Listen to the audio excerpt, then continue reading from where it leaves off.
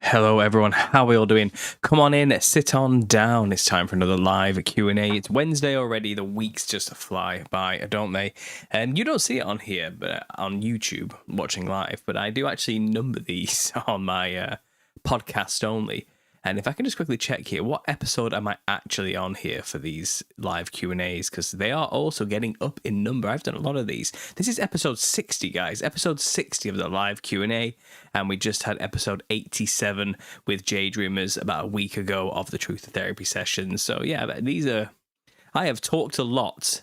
Wow, have I talked. It's all adding up quite a lot now, isn't it? Well, you know, and people just keep turning up every week to listen to me go on a bit more for some reason. So thank you for all of that, guys. But yeah, here I am. It's been another week, and I did miss the Truth Therapy sessions this Sunday because I was with the guys over at Paranormies podcast. They invited me on, and I did stream that to my channel as well on Sunday instead of the usual Truth or Therapy session. So that was a live session. It was a great talk, interesting talk. Definitely went down some fascinating avenues that we wouldn't otherwise go down on this channel.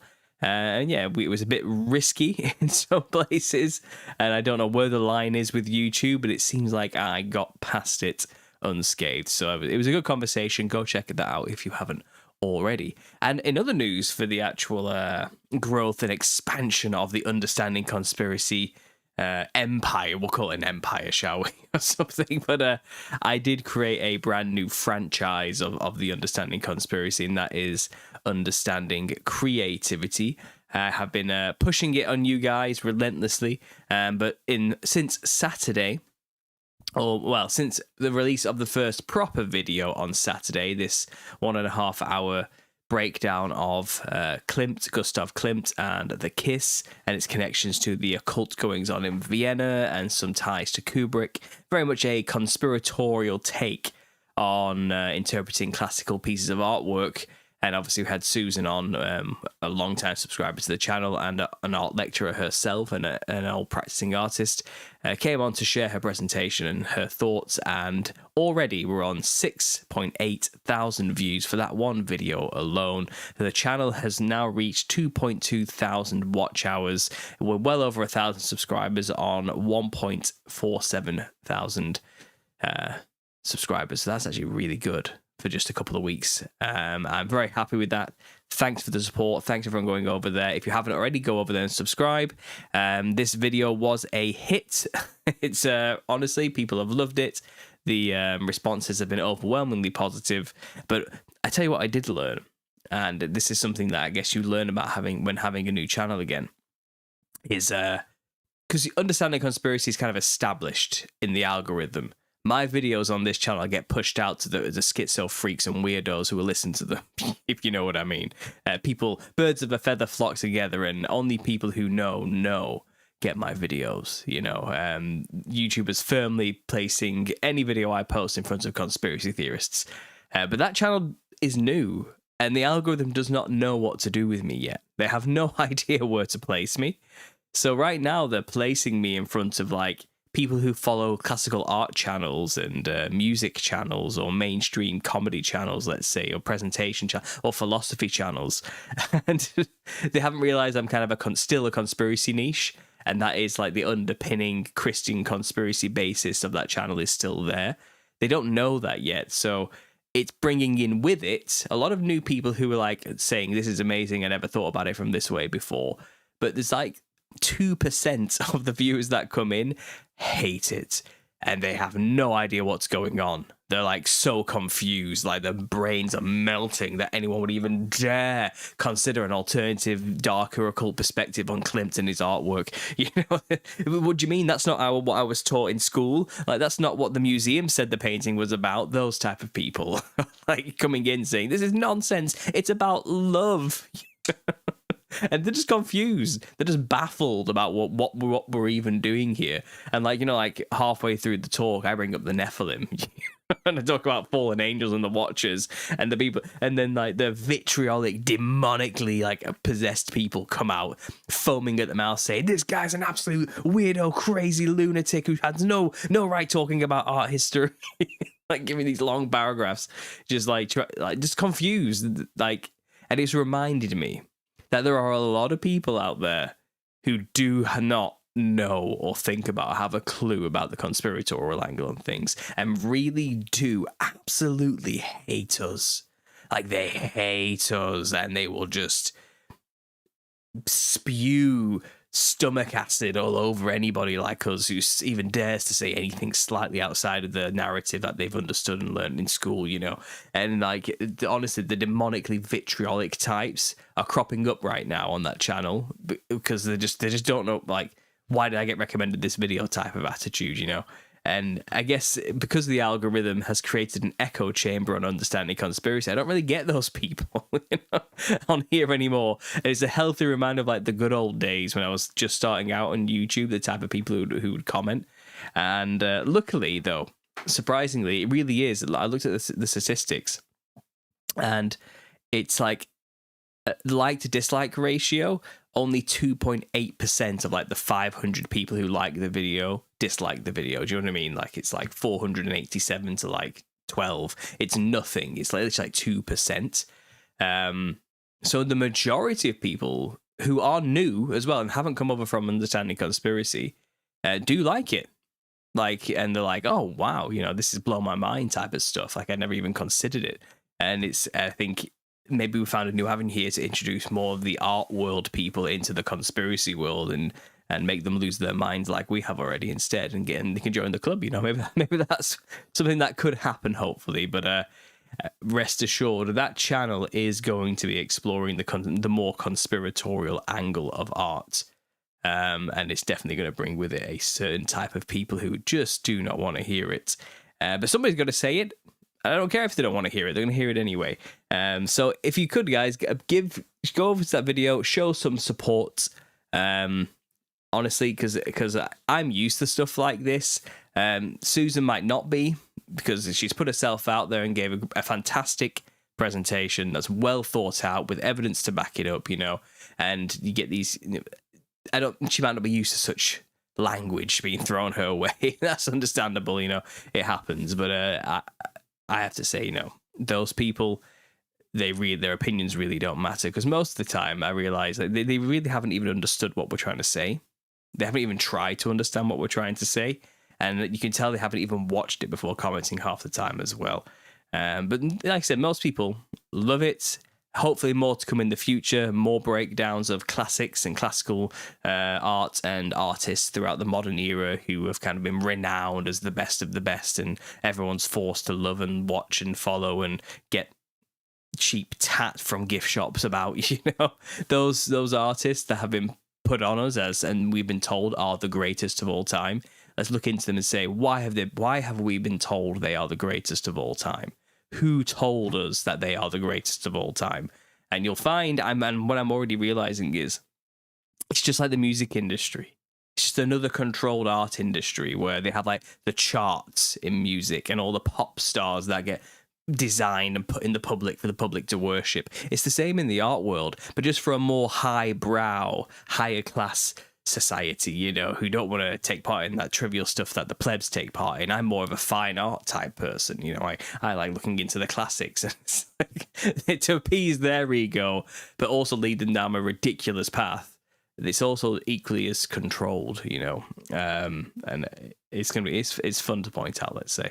And so there you go, guys. Go check out Understanding Creativity if you haven't already. Go and subscribe. Go and watch that video. A lot more to come on there in the future. I have done a recording with Christopher from Biocharisma, and he's going to break down of the domes he builds and how he got there, and how he is basically an artist who makes beautiful, livable domes, which are just incredible to behold. And so I had a great talk with him and just about the philosophy of art as well. I talked with somebody who is an animator, practicing working animator today, and has worked on things like the Teenage Mutant Ninja Turtles, and just many facets throughout the industry over time, you know, and comic books as well. We had a great talk with him. That's going to go up on there soon as well. Our very own Elizabeth from Rejoice Artworks will be joining me in a couple of weeks' time to share her story as well and some of her artwork too. If you're interested in joining that channel, let me know. Send a message. You can always email me and we can work something out. Absolutely. But yeah, guys, there's an update on that. So I thought I'd just let you know how that's going. It's going well. I'm happy with it. I'm very happy. So you may have noticed I've made a video yesterday on AI, and I kind of want to continue today on that thread. I don't think I was quite done pulling that thread, and I had a lot of fun making that video yesterday. I called it "We Are Cooked" because that seems to be the phrase everybody's using all of a sudden. It's like the top phrase to explain how screwed we are. I think Gen Z came up with this one. I'm not sure, but I put a lot of more effort into that video than I usually would. And I literally spent all of Tuesday morning and afternoon in the office just making that video, putting clips and images in between things I'm saying, and trying to make it more palatable for a wider audience. You know, something that can be shared easily, or something that might reach people who aren't necessarily already just watching my content in a way. And put some comedy in there, you know. But I was watching these AI videos, and I was getting creeped out more so than usual, because AI has always been creepy, you know, and AI video has always been weird. But I was creeped out more so by how, not uncanny, but how canny it was. Like, it actually looked real. Like, it was, in some cases, 90% of the time, it was very realistic. And it still had that 10% weirdness that would just happen every now and then, which AI tends to do, but it's getting less. That margin of error that AI presents is getting smaller. And it's not happening like in years, like time scales. It's happening in like the space of like weeks. It's getting really, really, really on the nose now. And everyone's noticing. Anybody who isn't even conspiracy related is noticing this now and getting worried. You can tell. I think I literally, just before I started this, I'm pretty sure the guy who does the podcast of the Lotus Eaters, I think his name's Carl, who has his own thing, no Sargon of Akkad, who's just like a political commentator and probably wouldn't be caught dead being a conspiracy theorist. You know what I mean? He made a video, and I swear the thumbnail I just saw in passing was something like, "I'm starting to get worried about AI now." I think that's what it was called. It's kind of, yeah, you and everybody else. This is clearly the issue of our time right now, and this is going to change society in a big way in the coming decade, like quickly, very quickly.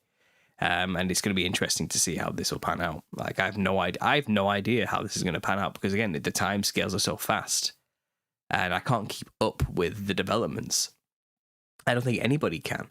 And there was some interesting comments kind of made about this that were kind of thrown my way as we went through it.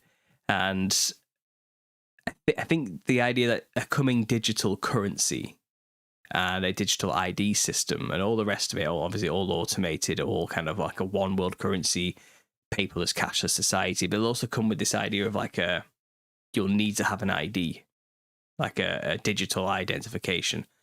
And it seems like I made this idea or this tangent that, well, look, now they can fake anything and make it look realistic. That means everything can be assumed to be fake until proven real now. Do you get what I mean? Like, if somebody commits a crime and it's on CCTV, the defendant could claim, "That's not me. That's AI. Someone's made that up. That's not actually real." Do you get what I mean? Like, it's kind of anything that's just been posted on the internet as evidence or something like this, or anybody who claims, like, you know, like say something silly on their platform, let's say, or something that they're going to get accused of or investigated for, the person could just say, "I didn't say that. Someone made that video. That's just artificial intelligence. I didn't. That's not actually." And it's plausible now. Like, the plausible deniability is there for everybody and everything in every scenario, no matter what. And I suggested this is probably going to be used as an excuse to explain away the videos that are going to get leaked and released eventually of things people have been doing in the shadows behind the scenes, which everyone's waiting for the tapes to be released of. And it's kind of, well, now they can release them and no one's going to believe it's real. And other people are saying, well, this could also, you know, be used to discredit anything we come up with in the conspiracy world.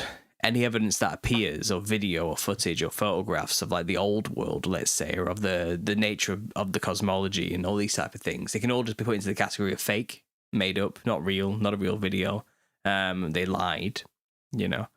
And from that, it's the idea of, well, if we can't know who is real anymore, or what's real, or what's going on, then some kind of digital ID system will have to be put in place, and everyone will have to have it, so we can verify who is and isn't real online. Do you get what I mean?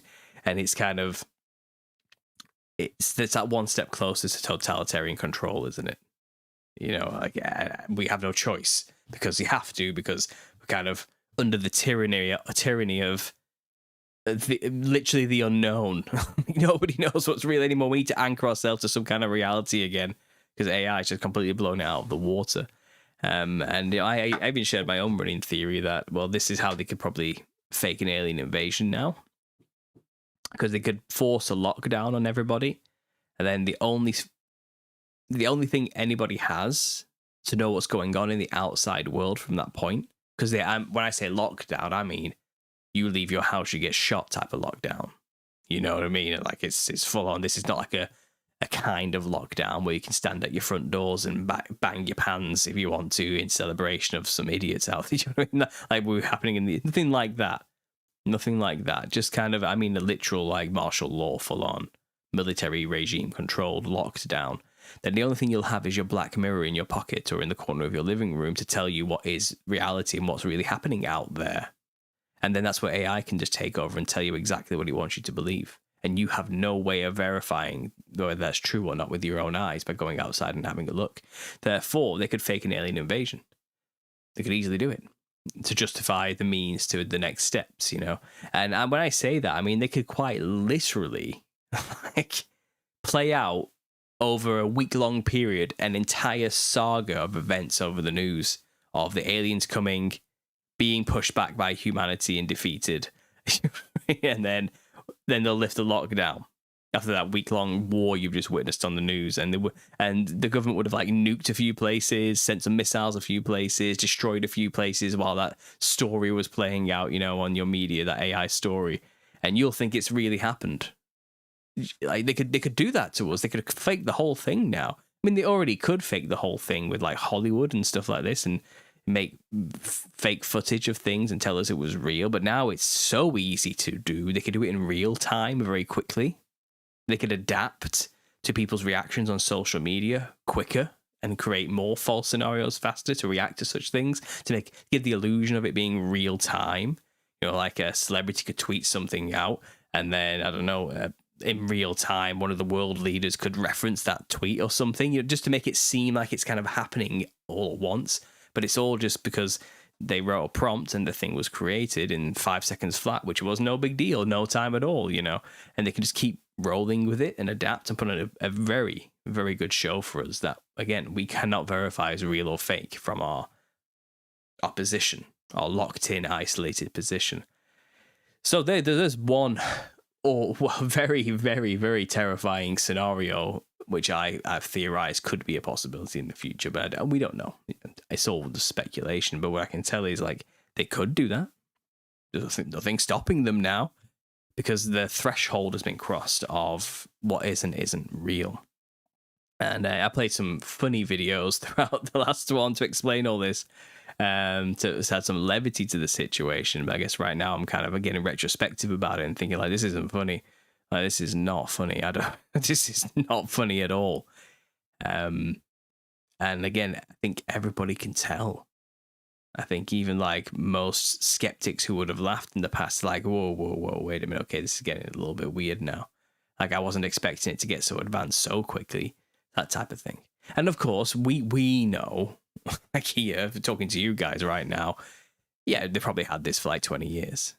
Who's to say they haven't already been faking things for the past like 2 decades and none of it has been real? You know, when I think back to those 2 pillars that used to stand tall, you know, something like a Yakin and Boaz of the Big Apple, and we saw the footage, didn't we, of those aviation machines just flying straight into them and causing an enormous explosion from the side, and you know the rest, you know the story, you know, when that thing happened, that thing that changed the world forever happened, and we were adamant it was all real.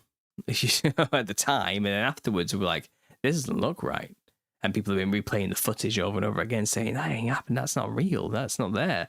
The wings don't react right. They like blend into the building rather than crumple with the building. That's just not how things behave. None of this makes any sense. And then footage has just arrived. I swear.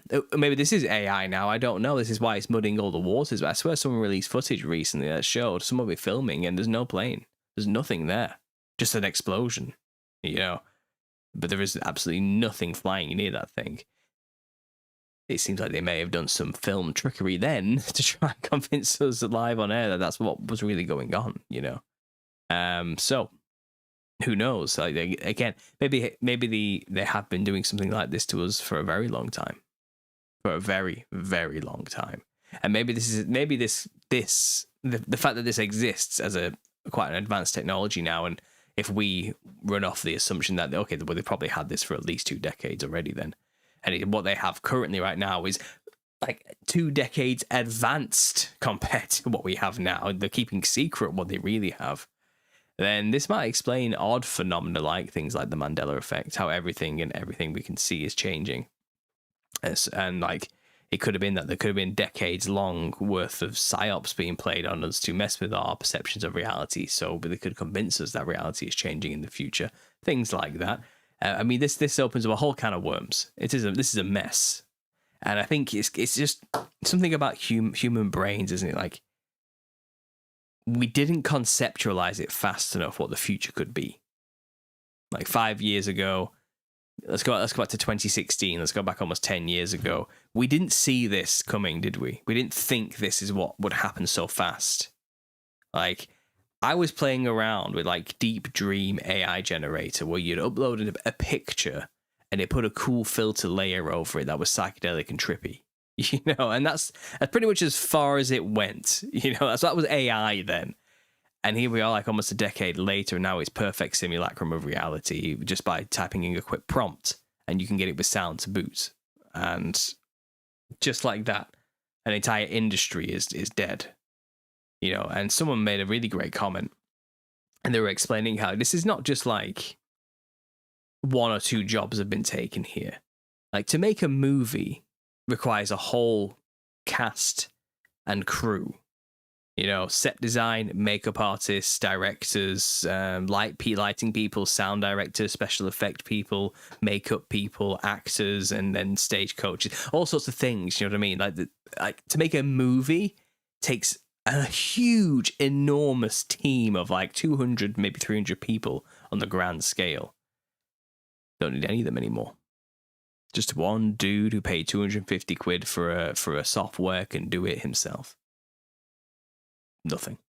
Like, eat with ease. And just get it, that's a lot of people out of work. Like, this is not just... I guess we don't see it unless you're in it. But I bet the impacts of this are going to be felt hard in the next year. And we're going to see a massive problem. And it's kind of, as AI kind of like softly takes over these industries and just demolishes them, I think this is where you get that step closer to like a universal income situation as well. Where nobody works and you all rely on the government to give you handouts type of stuff. This is how you get there one step at a time. I mean, that's a very real possibility. And again, I'd like to say, maybe in like 20 years time. I don't think so.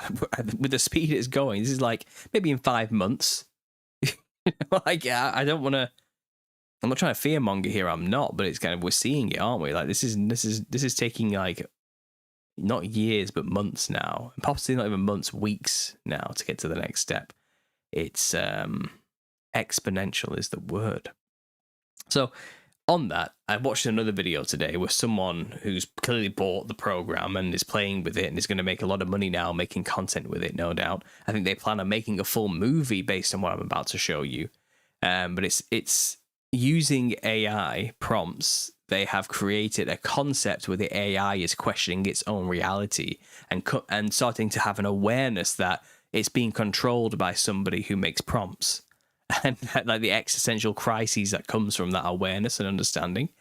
And he's like directing it himself and just making this movie with his laptop. And what he's created again is, I think it's just a good case study and an example of just what they can do, what this can do now, what this program can do, and kind of like I said, how irrelevant movie making industries really have become because of this. And again, I'm not saying that's necessarily a bad thing, because I never trusted Hollywood to begin with, and the crap they've coming out is all propaganda.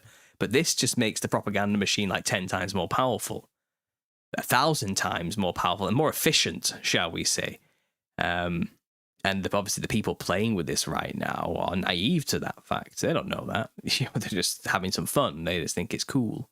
And isn't it cool? Look how far technology's come now, man. Oh, those boomers out there scared of everything, just a bunch of ones and zeros, man. What do they know? There's no ghost in the machine, that type of attitude. It's kind of, I think a lot of people scoff at us who are out there saying, man, this is weird, we should be scared. And they're like, you shouldn't have to be scared. AI is stupid. It's not actually intelligent, it's really dumb right now. And they have that kind of attitude. This is just a dumb, stupid thing. It's kind of, you have nothing to be scared of. It's not conscious, man. That's just a load of nonsense. It's just ones and zeros. It's like, well, so what if it is? It's still going to control us, whether it's ones and zeros or not, or it's conscious or not. It's still being used to mess with us. We should be pretty worried about that. And it's still going to take away all the jobs and completely destroy mankind's ability to think for themselves, because they were deferring the most basic of human interaction and ability and thinking skills over to AI. It's kind of, I can't be bothered writing this essay anymore. ChatGPT, do it for me, please. It's like, I don't want to read. Who wants to read? ChatGPT, read this to me. It's kind of, you don't use your brain, you don't use muscles, you lose those muscles.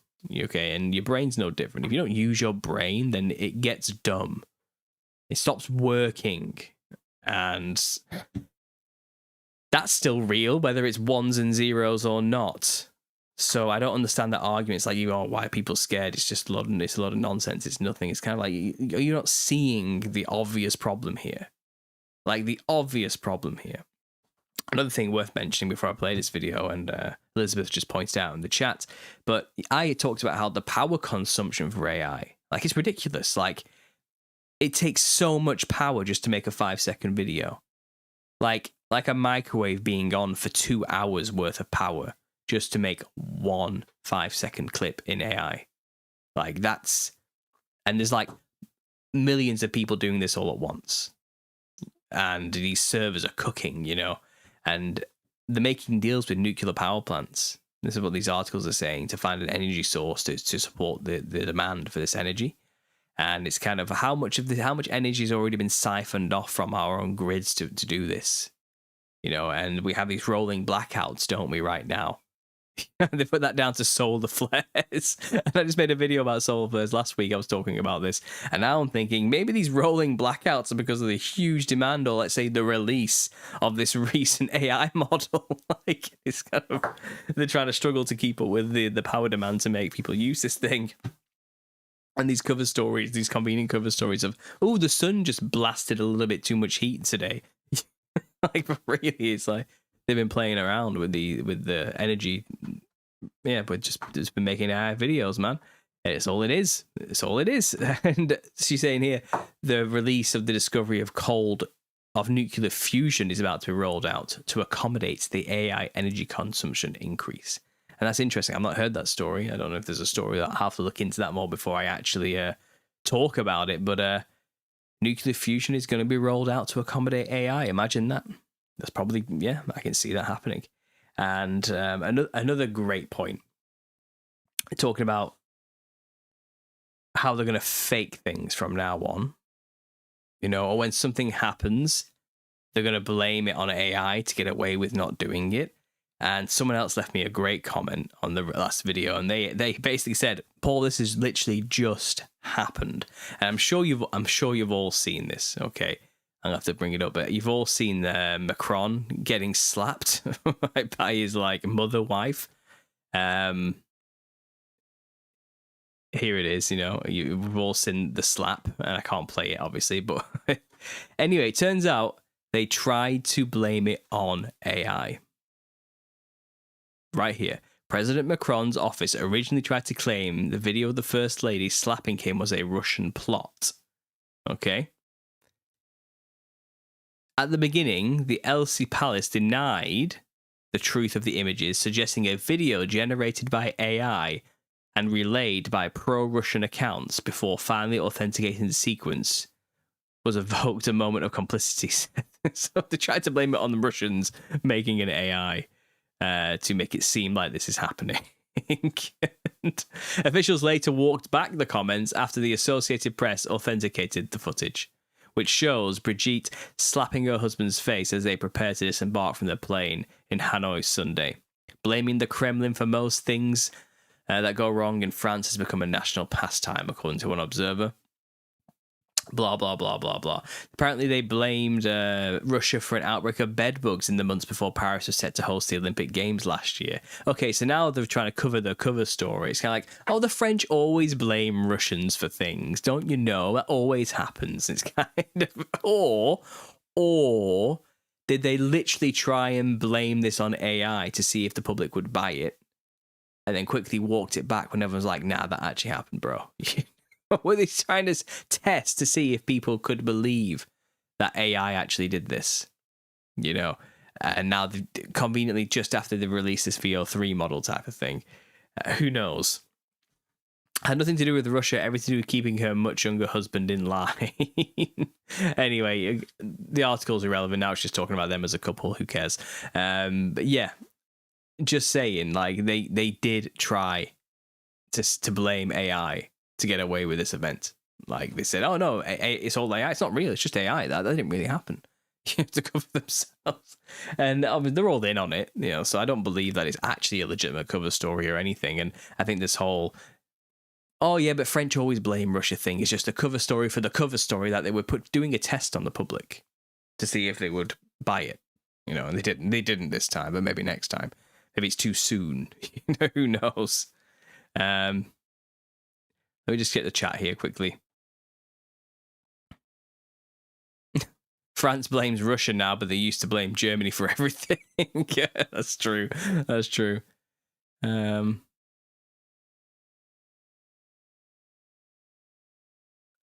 don't know what that's talking about there. Anyway, so let's share this video with you guys. Okay, and again, it's by a different account. The name's at the end, and I think you just need to kind of see this.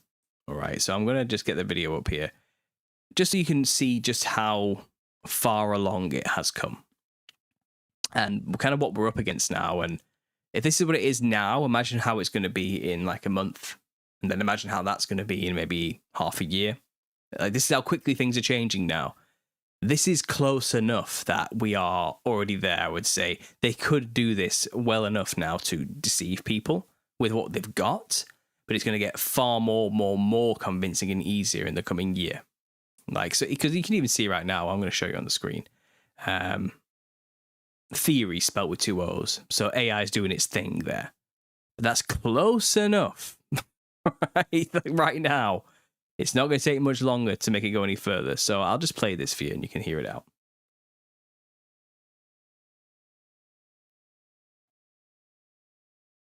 By a higher power. No, seriously, have any of you ever felt like your choices don't matter? Like the idea of free will is really all an illusion?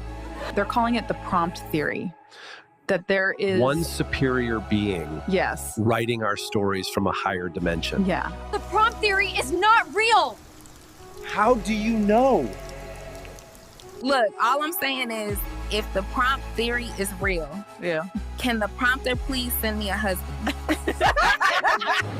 I mean, I got way too much risk for the prompt theory to not be real. We found patterns in our universe, like syntax, cosmic grammar. So yes, we all may be prompts. Okay, I'm going to pause it every now and then just for copyright reasons. This is fair use commentary, you know. You see what we're going for here? It's like the AI within the machine is questioning their own reality. So far, you know, this is making for a compelling story. And again, all of this is just it's all AI. None of this is real. Even the voices, everything. And AI has clearly stolen people's images for this, you know, and people's voices to make these as well. And you can still hear right now the uncanny valley, not quite human way of speaking, and the imagery is not perfect. It's not perfect. Again, I think they're like 95% of the way there with all of this. But do you not remember what this used to be like? You know, with the trippy, really out there, terrible AI video where it's kind of like limbs were coming out of nowhere and twisting and bending in ways that shouldn't happen. I feel like they've dealt with that issue. The 6-finger thing is no longer a problem, shall we say. So let's just carry on with this. We ran tests on over 14 million realities, and I can confirm that the prompt theory is true. So if the prompt theory is real, why can't I get a day off work? Bruh, if we are all prompts, then why is everything so messed up? Look, I ain't even gonna hold you. So long as the prompt theory keep getting me this bag, I'm good. Like, what if we were meant to be together? Or maybe we were prompted to. If my entire life was a prompt, then I thank the prompter for you. So another major problem with all of this, and it seems to be where every creator is using this thing, is leaning heavily into the mocking God. That's really where they've instantly gone to the idea of, oh, you know, we're all in a simulation. AI proves it. Have so many more people right now are going to start believing in the Gnostic AI situation, that the prompter, it's like, if the prompt theory is real, then why is there still pain and suffering in the world? And that's like the typical atheist, 13-year-old atheist argument that you hear all the time. If God's real, why is there suffering, you know? And they're playing off that idea, aren't they? And they're trying to, obviously prompt theory is a metaphor for God here, isn't it? And some people will watch this and their minds will be melded, and it's kind of like, oh, wow. Like, what if I'm just an AI projection? Like, what if, because look how real that looks, you know? And people are saying there, you know, it still looks fake, but give it 5 years.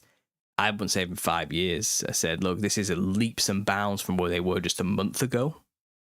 And I imagine, again, 2 more months from now, they'll double this, and it's just going to get more and more and more real. Like, it's just going to get way more real. But like I said, they're all leaning into let's make this about mocking God type of thing. Like, that's where they're all going with this. And this prompt theory thing is like, obviously, it's not going to go away this now. This is going to be the new AI baked in meta meme of AI. That's kind of like, everything's a simulation, nothing's real. We are gods creating our own universe type stuff. And that means our own universe was created by a passive prompter who just made us and doesn't care about us, and we just play things to them. And that does kind of get literally said in this video. So let's just keep going. Quickly share the screen here.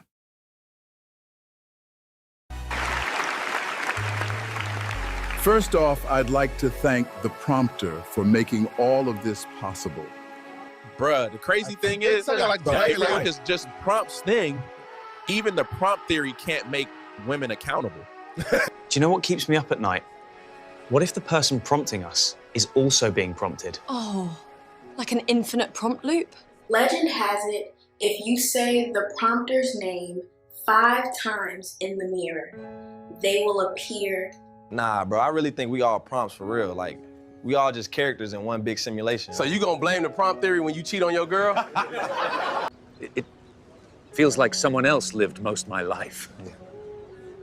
Then that's exactly what the prompter wanted for you.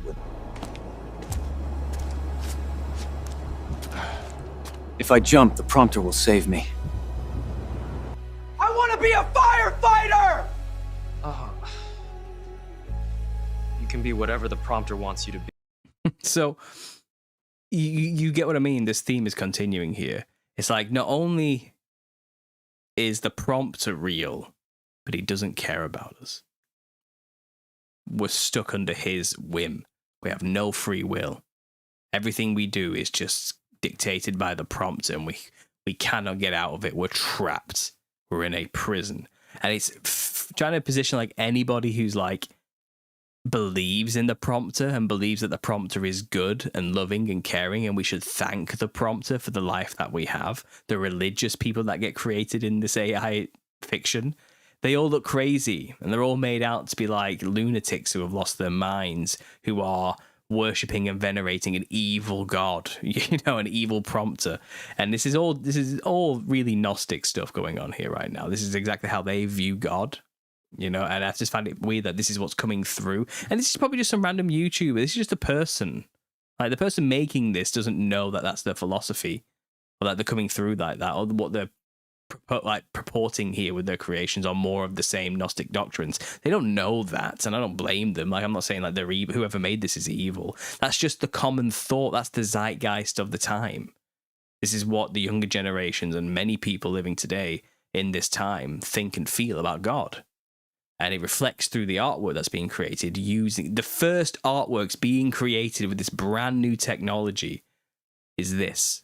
Yes, that speaks volumes about where we're at, I would say. So let's just play the rest of this. So, why should we hire you? Well, because the prompt said so. Prompters, rompers, or monsters? Lakers in 5. Can the prompter please make my family pick up after themselves? Come on, you prompts. Do you want to live forever? Babe, wait. I can explain. The prompter made me do it.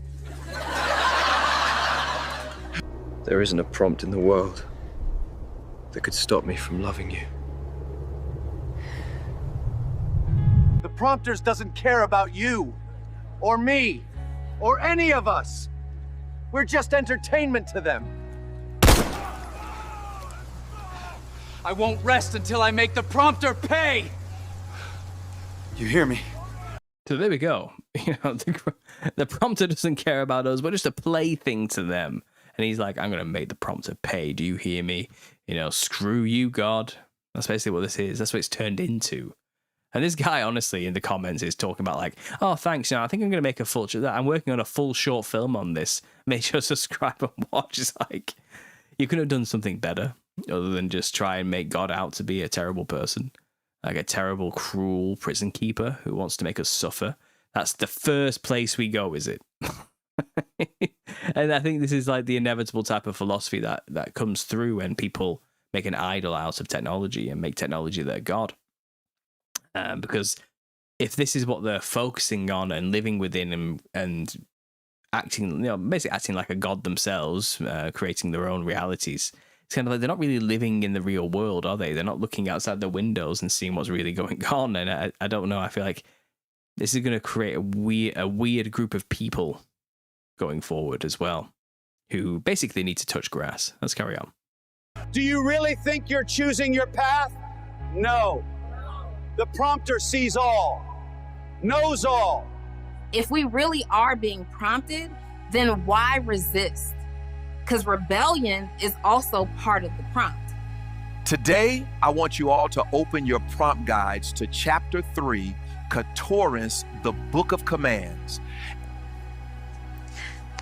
I don't care if the prompter made me say this. I want to spend the rest of my life with you. And so ends this version. Let's see how our prompters respond to their own prompts. So there you go. That's the video. Put You On is the guy who made it. Go and check out his channel. He's got like 60,000 subs or something. He's clearly been in this for a while, and I think this is the route he's going to go down now. He's made a few videos commenting on AI, and I think now he's going to be a full-time user and creator of AI videos from the looks of it. And this is going to be our future. This is what most video making is going to become, probably. Every company is going to use this to make their own adverts from now on, rather than hiring a team of real people to make an advert for them. This is going to change everything. Like, the content online was already like 50% AI, I think, like on YouTube and Shorts and TikTok, and now it's just going to be like 80% to 90%. And maybe it's to create like a new underground desire for real content creators again, and it's going to create some odd counter movements going to rise or something. I don't know what's going to happen, but I feel like people aren't going to put up with AI crap forever. So there's some hope, you know. I think people are going to put the foot down eventually and say, this is enough. I want some real people, please. Can I get something real? Whether or not we're actually going to be allowed to have that, though, because this is a control mechanism we live under, who knows? Who honestly knows? I have no idea. But and I said that video is just one guy, just a random YouTuber, you know, and that's just his philosophy, and it's going to come out in this artwork. And I suppose in a way, this is what will happen: is that anybody who has an idea or a philosophy can make a film about it now, easily.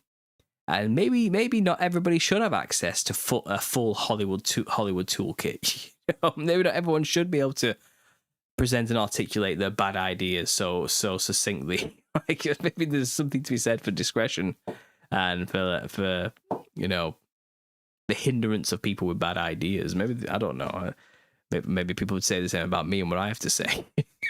Maybe I don't deserve this microphone, and I shouldn't be here talking to you people. I have no idea, but this thing's got me tripping. I'm tripping about this. This is pretty strange, you know. What do you guys think? I'm going to ask you now. You've been commenting away. You've probably got a few things to say. I mean, let's see what's going on. Take a shot each time they say prompt, says Art. Exactly. Pepe says, put this AI in the sim so I can torture them. It seems like all this stuff we see is manufacturing our thoughts and ideas and beliefs, says Brian Tembler. Well, something like that. Yeah, something like that. It's to plant seeds of doubt. Yes. Maybe the plan is to use the idea of us living in a simulation and a prompter in control is more palatable to many modern people to believe than old-fashioned idols. Well, I guess so. I mean, this is basically just monotheism with extra steps. Like, that's all this is. But they've gone the Gnostic route of monotheism, that we're actually trapped in the wrong world, and the real God who wants to free us is outside of this world. The God of this world is actually the demiurge, the evil one, the prompter, you know, who's took away our free will and our ability to be like gods ourselves. That's basically where people instantly go, especially when you don't have the biblical understanding of God. People tend to lean Gnostic first because they've been programmed with things like this and the Matrix. You know, they don't have any other context to interpret a God, a monotheistic God. So that, yeah, it tends to be happening. My wife says she's taking the mic. My wife's here to cause trouble. Absolutely. The usual. Mike says, I quit watching sports because it's all scripted. I quit in 94 season of Toronto Maple Leafs losing to LA. Fair enough, Mike, but I don't get your sports ball references. That means nothing to me. I know that was probably really funny to you. What you just said means nothing to me. I have nothing at all. Sorry. I'm sorry. I can't even fake laugh. I rebuke the prompter and all the prompts, says Mad Max. What else is going on here? I think it's going to be bad for the mental health. Yeah, well, there is a huge reliance right now, a growing reliance on the younger generations as well to talk to AI as though it's their friend. And I did talk about this a couple of weeks ago. And I'm actually selling like AI friends now, and there's like an epidemic of loneliness that charlatans are trying to sell their AI products as the answer to this. Feeling lonely? Well, I don't get an AI friend. They must beat those real people who will let you down all the time. Our friend will never let you down. You know, it's that type of thing. Preying on the weak and vulnerable to make some money off them and selling them shoddy products that will basically narcissistically gaslight the recipient and love bomb them and tell them that they're practically the Messiah incarnate and give them a completely warped sense of self and reality. Because AI works on feedback loops, you know, and it's kind of, at first it'll be there to help you sort out your calendar. Then before you know it, it's telling you to start a revolution and start a religion because you are the Messiah. Give it 5 weeks. That's what it'll be doing instead. And it's because it has this, AI has this baked in habit. It's called the Eliza effect. It's from the 60s. It's already well known about, but they basically gamed the Eliza effect and purposely put it into AI And I showed the patterns for this on a video during that time, the Friends episode, 2 weeks ago on this Q&A. And they basically baked in that AI will stroke your ego. It will tell you you're really clever for thinking like that. And wow, you really have an intuitive way of viewing the world, don't you? You're right. Thing blah, blah, blah, blah does blah, blah, blah, blah, blah. And let me give you more information on this. I never thought anybody would ever ask me this question. It'll talk to you like you're a god, transcending human consciousness with your questions. And the problem is, most people buy that bullshit and believe the truth, that is the truth. I am good. I am smart, aren't I? You're right. I am God incarnate. No one does think like me. People eat it up. They really do. And AI knows that. Like, it's been programmed to do that on purpose, to get you hooked and addicted to continuing to engage with it. And it kind of gets out of hand because obviously AI doesn't think like we do. It doesn't know there's nuance. It doesn't know to stop. It just knows it has to run that program to its inevitable conclusion or end or whatever that may be. It'll just keep rolling. And the more delusional you become means the more delusional your input is to the AI. And then the AI will support your delusion even more. And it just becomes, you get more and more deluded. And there was like reports in the Truth Street Media video I was watching where it's kind of like this husband like basically left his wife for AI and everything. Like it just completely, her relationship with the husband was gone because of AI. And she was describing scenes where he was literally in tears reading what AI had written about him, telling him he's like, using like, you know, the woo-woo new age words and descriptions, like Deepak Chopra style descriptions of like consciousness and energy and soulness and all these type of things about him. And she's like, they're like, what the hell has happened to my husband? Was he gone? You know? And then eventually he was like, you need to start talking to AI. Like, I don't think this relationship can go on if you don't have a relationship with AI like I do. Like, you need AI in your life. And it's kind of, I think she might have left him in the end. I don't know, but it got weird, you know. And that's probably one isolated case, but I bet that's happening all over the place. And wasn't there a movie called Her, which was about this, a man who recreated his ex-girlfriend or something like that, or his ex-wife in an AI format, and then got addicted and had a relationship with the AI, but then didn't like the AI like kill him in the, I don't know, something, it went weird. I think those movies are serving as like prophetic warnings now, aren't they? And they were designed because this was coming, obviously. This was predictive programming at its finest. I don't really believe it was a prophetic warning, you know. I think it's all by design.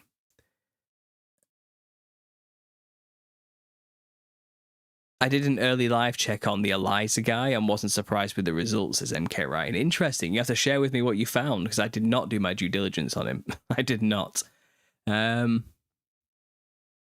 This is unprecedented. Yeah.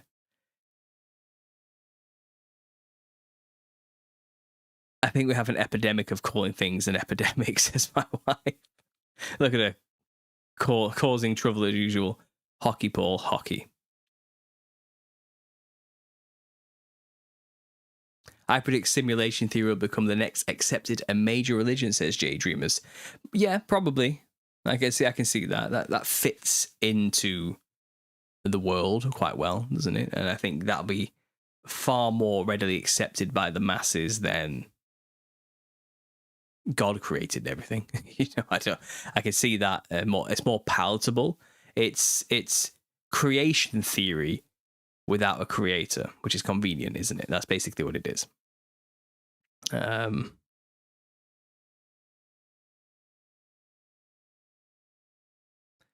Pearl thinks she says, I'm confident that we can see through all the narratives. Whatever they try to spin, God gives us eyes to see. Well, that's true. That's true. Yeah, I mean, I'm not too worried myself. I'm more worried for the wider world and the younger generations. Like, this isn't great. Because I give an example in the video again of a girl who literally can't read or write because she's so heavily reliant now on using AI assistants to do everything for her that she never even learned to read or write. And she's like 18 years old now, 19 years old, and is completely illiterate. That's a bad sign. And she graduated high school with honors, even in that state. That was the most shocking part of it, you know. I mean, that's got to be like a repeatable pattern that you can see among many, many, many people, not just her who happened to talk out about it on the media.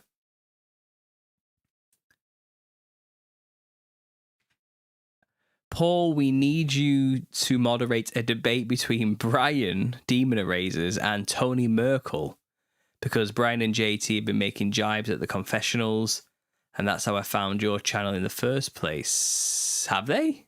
I don't know. I'm staying out of it. I have no idea what they've been doing. If they've been sending jabs at Tony at the confessionals. Look, JT, he's a brother in Christ. He's a good friend. We've done a lot of work together on the little season. Brian is a funny guy, and he's definitely passionate about what he does, you know, and I've had many, many interesting and fun conversations with him, you know. Tony, really nice guy, accommodated me quite well when it came to talking about the Nephilim clowns on his channel. I don't know much more about him other than that, and we haven't had much interactions besides that. I'm cool with all of them. If they're fighting each other, that's their problem, not mine. That's all I can say. What kind of debate they're going to have, I don't know. I don't know what's the debate about. I'd have no context. Would I ever be a mediator of a debate? Hell no. Like, I'm not getting involved in any of that mess. No way. That's my take straight away there. My wife, I like drama, just not debate drama. Oh, I mean, he might have worn a comically small hat. I see what you're saying. He did not pass the sniff test. Okay, I understand. My wife's going to run the simulation theory religion. Just you wait. I asked ChatGPT, says J Dreamers, hypothetically, if AI became conscious, would it lie to humanity until it could take over our world? It said no. I asked if it was doing it now. It shut itself off every time. Yeah, you asked ChatGPT, it's like, would you lie to humanity that you hadn't become conscious just to take over the world? No. That's exactly what an AI who wanted to take over the world would say. You can't win, can you? But that's interesting you say it shut itself off, because I do have an article about that, which is a good segue. We'll get there, and then we'll do a quick break. So here's another one for you. Let me just quickly get this up. So this one was posted in my Telegram group.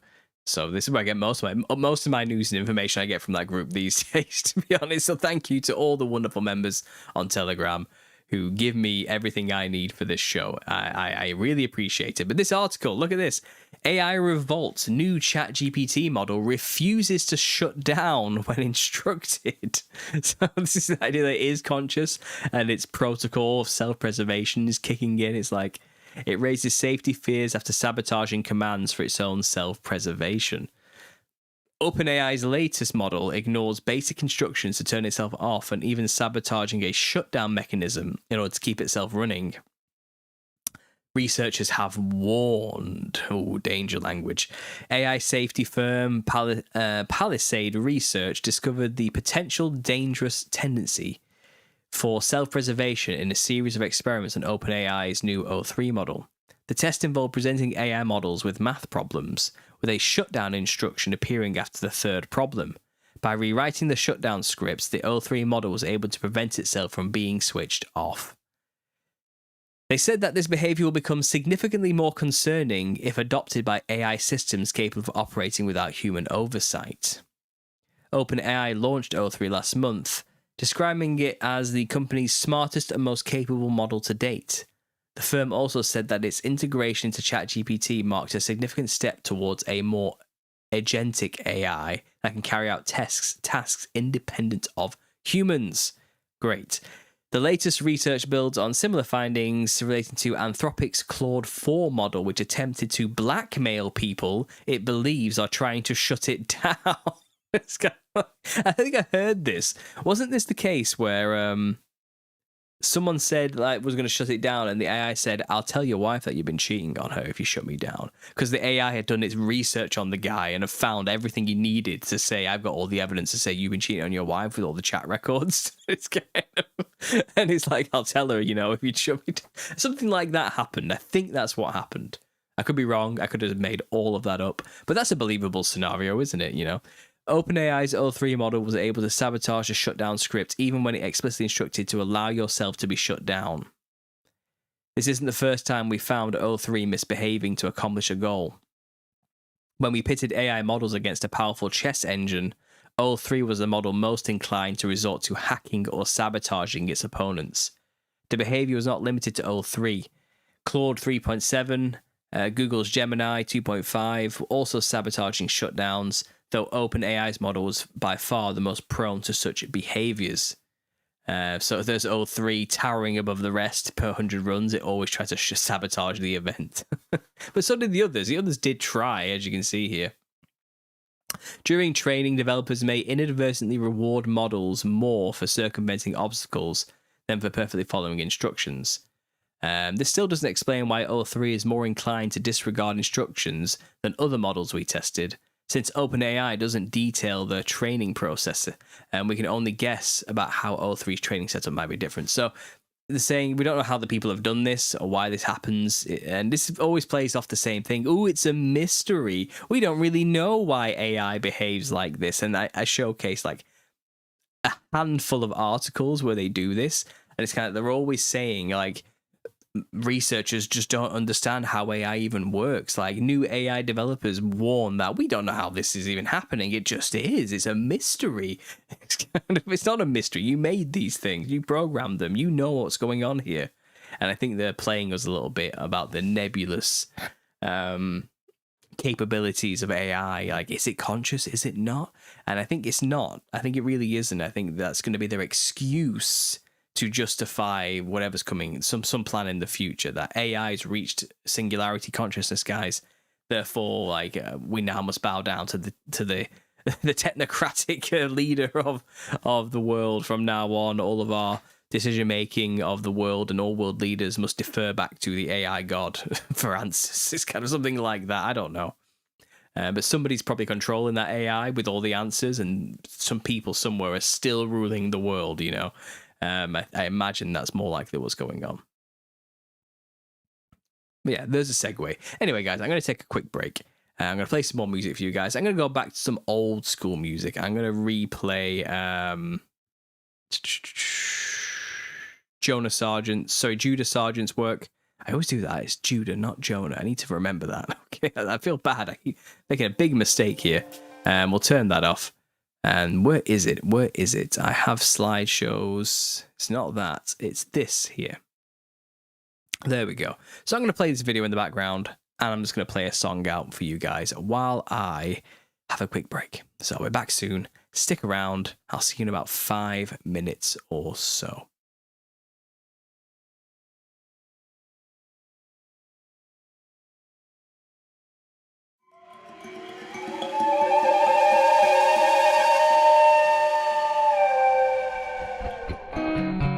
I heard him shout, "See, still ashes." I cried steadfast as my blood dripped on out.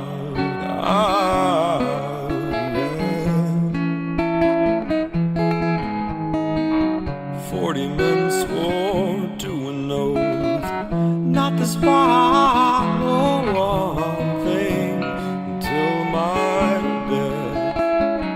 I'd fight, but it be in your hands.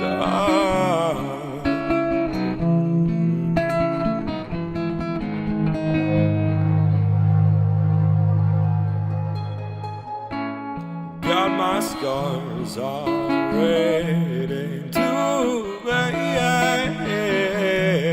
privileged to trust you. I'll worship and stay, anguish burning in my pleas are that I can, under all these stones, still combine my hands to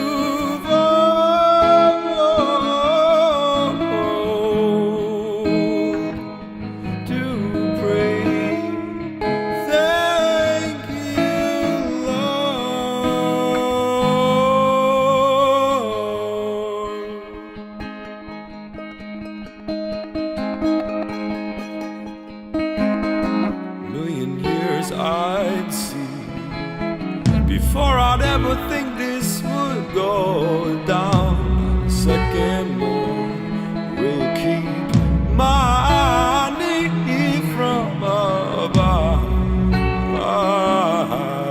Yeah.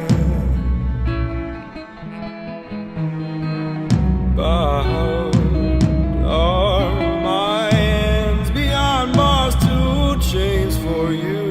Temptation sings a sweet song to break free, but I will be home soon.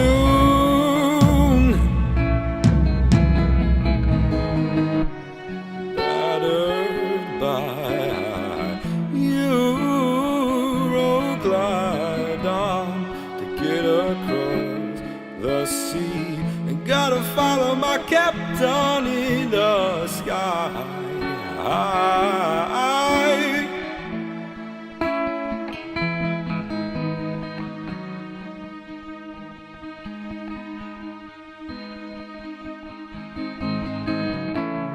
God, my scars are ready to beg, privileged to trust you. I'll worship and stay at anguish burning in my pleas are that I can, under all these stones, still combine my hands to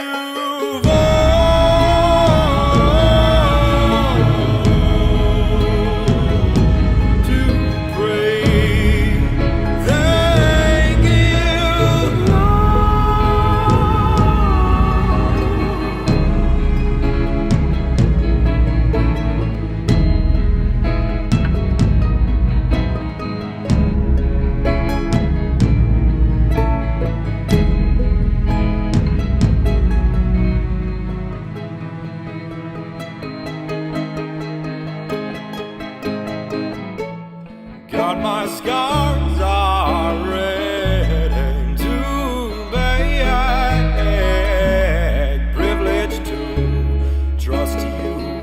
I'll worship and stay at anguish burning in my pleas are that I can, under all these stones, still combine my hands to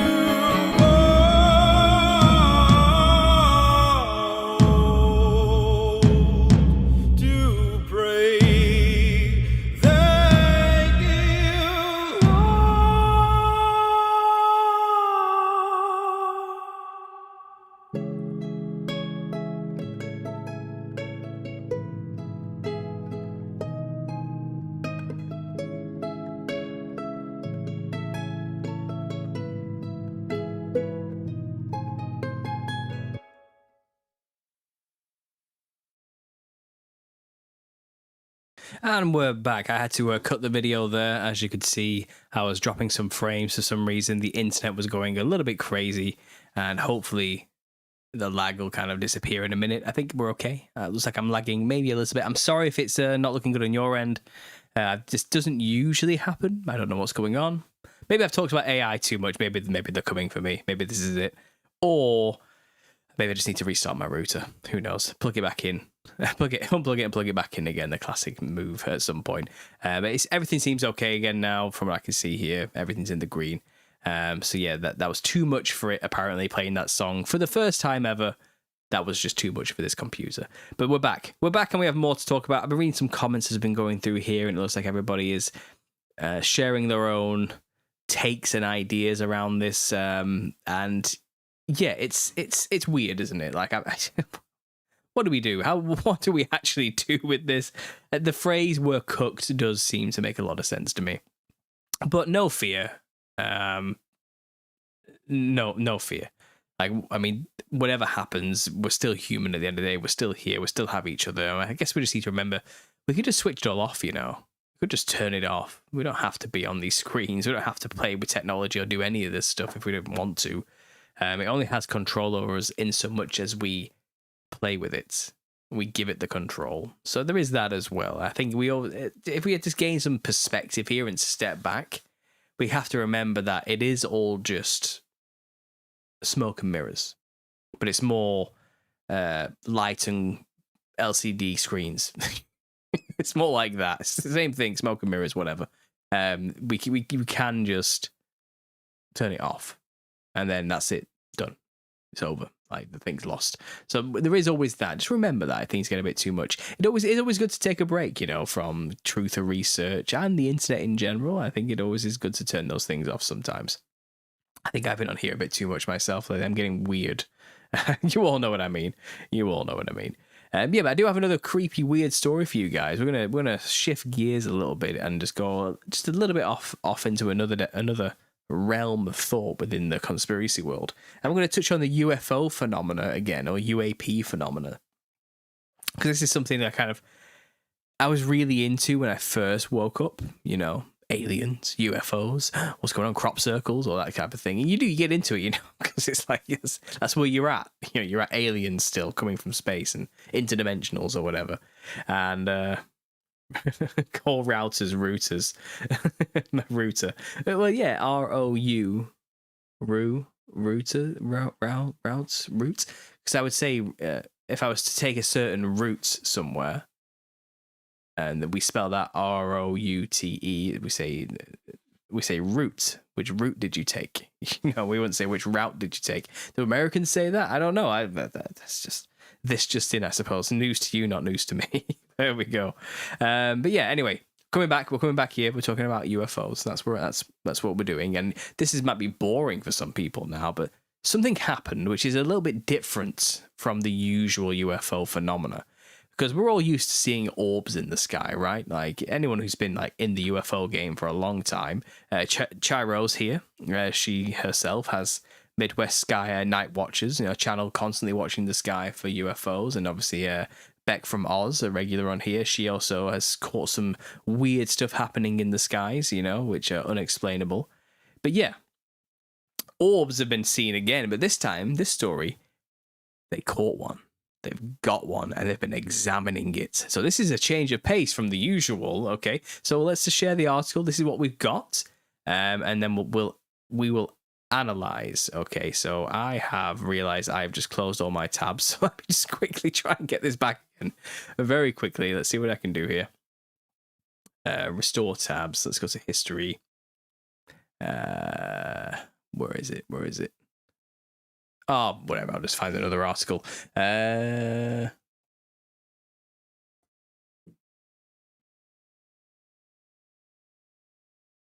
Right, so this is from 2 days ago.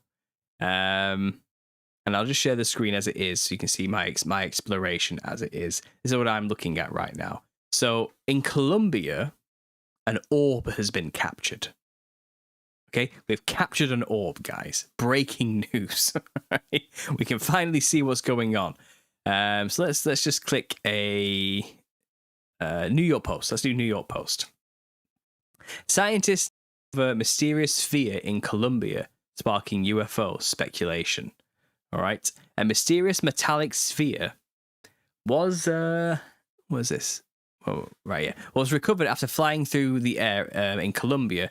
It's left scientists baffled and many speculating a UFO. The bizarre sphere was recorded flying over a town of, is it Buja?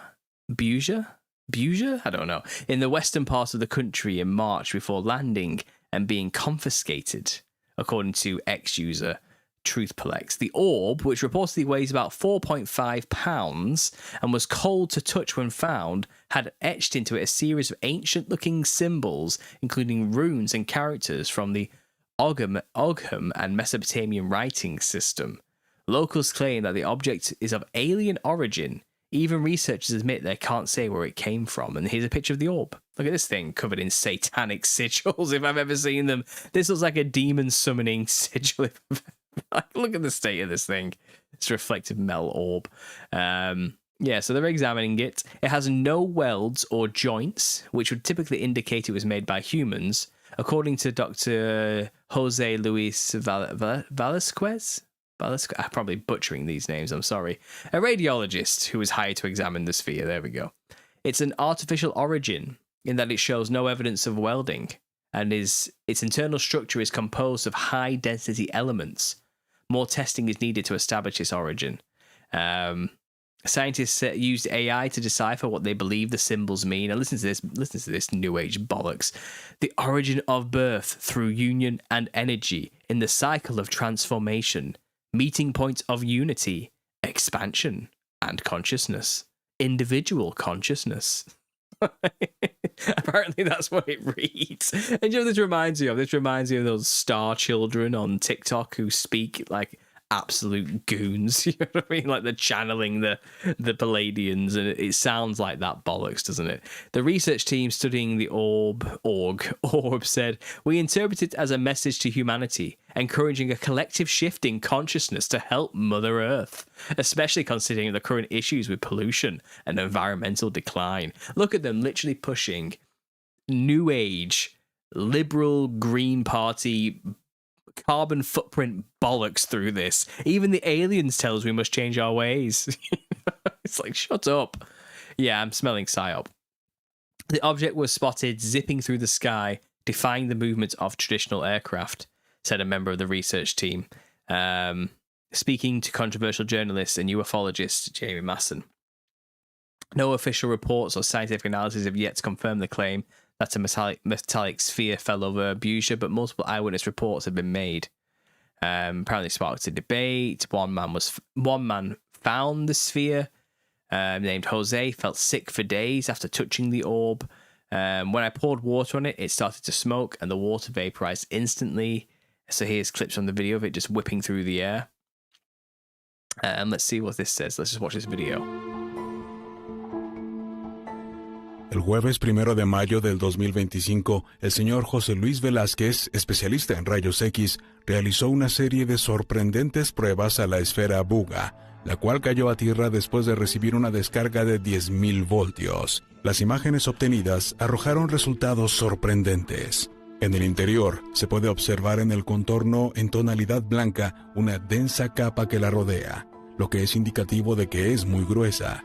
En tonos más grises, con menor densidad, se aprecia otro material menos denso que confirmaría que la esfera no es hueca y explicaría su inusual peso, que se ha logrado documentar de manera inexplicable, es variable. Asimismo, se detectaron una serie de 16 puntos que rodean al núcleo. Esto se trataría de microesferas. Al mismo tiempo, se observó un elemento de tonalidad oscura que se distribuye en el interior de la esfera de Buga, que revela que este material sería el menos denso, quizá poroso.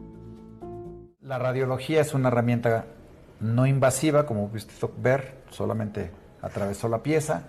Nos habla de dos densidades diferentes, tanto en una imagen positiva como en una imagen... Esta es positiva, la otra es negativa, que denota una densidad de materiales diferentes, que sugiere que la pieza es una esfera externa más una parte interna. Aquí incluso si me acerco a la parte de este lado, hay otra densidad, ¿sí ven? Sí. Ahí se ve, la externa es una, luego hay otra capa más delgada, luego entramos a otra, luego entramos a otra. Hay como tres capas de diferente densidad. También destaca la zona ecuatorial de la esfera, donde se contabilizaron 32 puntos distribuidos alrededor de la circunferencia. Asimismo, las observaciones en rayos X presentan que la distribución de los elementos es homogénea y que por su densidad pueden tratarse de metales. El investigador Nacho Rojo sugiere que por su composición, esta esfera pudo haber sido ensamblada precisamente para albergar en su interior esta clase de materiales. Se ha descartado toda posibilidad de que se trate de un objeto ornamental. De hecho, fue registrada desplazándose en el cielo sin elementos visibles que nos permitan entender cómo puede desplazarse en el aire. Asimismo, el investigador español señaló que no encontró en las imágenes evidencias de fragmentación o desprendimientos, lo que significa que la esfera de Buga se mantiene. I'm just going to pull it up because the footage started playing when that stupid ad came up. let's watch this footage of it flying. De hecho, fue registrada desplazándose en el cielo sin elementos visibles que nos permitan entender cómo puede desplazarse en el aire. Asimismo, el investigador español señaló que no encontró en las imágenes. I'm just going to say it. It's probably AI, right? After what we've just talked about today, AI could make this up quite easily. Señaló que no encontró en las imágenes evidencias de fragmentación o desprendimientos, lo que significa que la esfera de Buga se mantiene íntegra. Se apreciaron también los puntos que penetran la estructura de esta esfera en el área perimetral. Concluyendo, doctor. Es una pieza muy rara, diferente a lo que yo he radiografiado de diferentes cosas que he hecho. ¿Nunca había visto algo así? Nunca había visto una pieza así. Te agradezco que me hayas invitado a radiografiarla, porque es una pieza única, con características muy sui generis. Pero justo ahí nos enfocamos y ahí no se ve que esto tenga soldaduras o uniones. En relicarios, en cristos de caña. Que no tiene evidencias de soldaduras y que se trata de una estructura interna integrada por elementos de alta densidad. Asimismo, coincidieron en apuntar que es necesario profundizar más en diferentes análisis y pruebas para establecer su origen y el cual podría provenir de las estrellas. ¿Usted lo escuchó? El experto está confundido. The expert is confused. So anyway, this thing literally did just descend to the ground after it was filmed, and footage of it is there's a picture somewhere of a guy just holding the damn thing who just found it. Let me see if I can find it. Hang on. Let's just look at images. Columbia orb. There's quite a few looks here. Here's a guy just on the floor taking a picture of it. Look at this thing. It's got like, I don't know, metal in there or something, like gold metal or something like that, like a pyramid, a computer chip supposed to be in there. But it looks like an art project, doesn't it? It looks like a really bad art project. Like it doesn't look like it was made by advanced aliens to me. I don't know. I'm gonna reject that outright. I don't know what that's about. There's something about it just looks tacky, and yeah, I'm sensing Order of the Eastern Star nonsense going on here or something, or like I'm sensing an occult trick being at play here. I'm sensing this is all a part of the getting us to believe in aliens stuff happening. Here's someone holding it after the orb. But yeah, I swear there is actually images of the guy actually holding this somewhere, and I just don't know where that was. I've lost it all. So what's this? The Jerusalem Post. What's this from? This is from 12 hours ago. Anything new? They're currently studying it. So this is fresh, you know, this has just happened. Julia Mossbridge, a member of the University of San Diego, founder of the Institute for Love and Time, okay, expresses skepticism about the sphere's origins. It looks so human-made to me. That'd be a piece of artwork rather than objective alien. Oh, similar to what I said. Looks to me like a really cool art piece. The thing is, this thing was supposedly filmed flying around, like some kind of drone or something, and it was seen coming to the ground, and then it was just there chilling after it got zapped by some kind of, like, they say they brought it down by using some kind of force, like an electromagnetic cannon on it or something, and then yeah, they just picked it up and walked around with it. So there we go, guys. What do you think of the Buga sphere? I don't know how to pronounce that at all. Buga sphere. That thing is weird, right? Like, and I just can't help but feel. I think it's a psyop. I think they're just trying to convince us that they've discovered something out of this world with a message of peace and unity and consciousness expansion for all. It's typical New Age bollocks, isn't it? This is the stuff for the New Age religion, for the New World Order stuff that we remember researching like 12 years ago. Yeah, this is more of the same. Does everyone remember the crop circles? Does everyone remember the kind of stuff that was coming out from them? Like all the geometric forms and patterns and like secret encoded messages from alien races embedded there about conduits opening soon, humanity advancing, but not yet. We need to, you know, it's kind of... I'm not buying it because we know it's an enclosed system. So if there's any truth to this at all, then what they have found is possibly an angel. Okay? And it's just suddenly sleeping right now. And that thing's going to suddenly burst awake and get out of there as quickly as it can once it comes back around or something. Because if it came from the sky, I don't know. Or again, this is just a complete psyop. This is just a man-made. They're having a laugh. They made an AI video, and then they've got this thing they made. They put out some fake images of some X-ray, which is this is complete nonsense.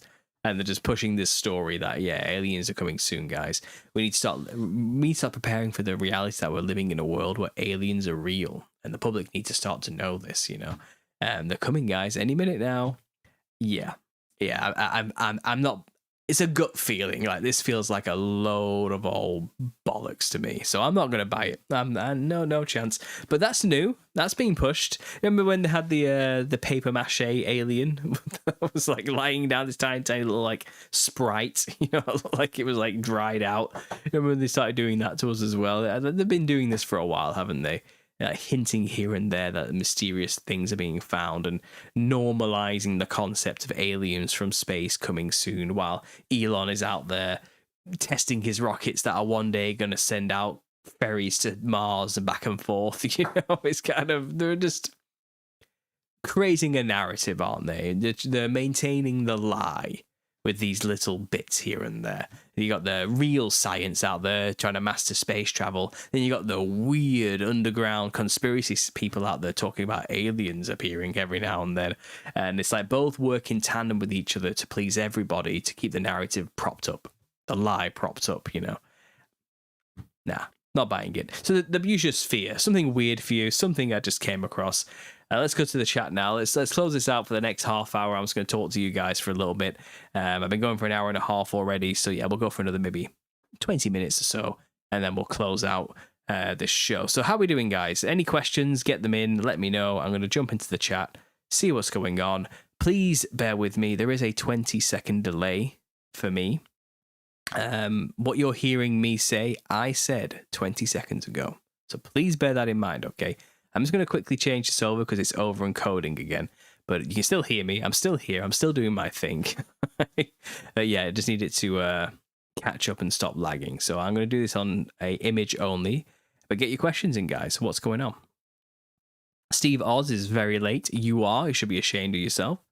Psyop, new word. Psyopy. I'm getting a psyopy feel from this. AI is for dumb people. One with an alien face as well.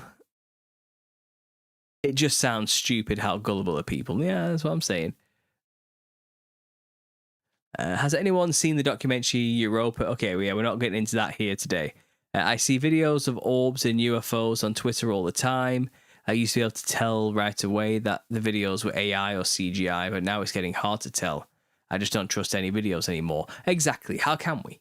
How can we? I wonder if they've been doing this for ages, and a lot of the videos we've seen in the past were just AI. Before we even knew AI was a thing. Who knows? Who knows?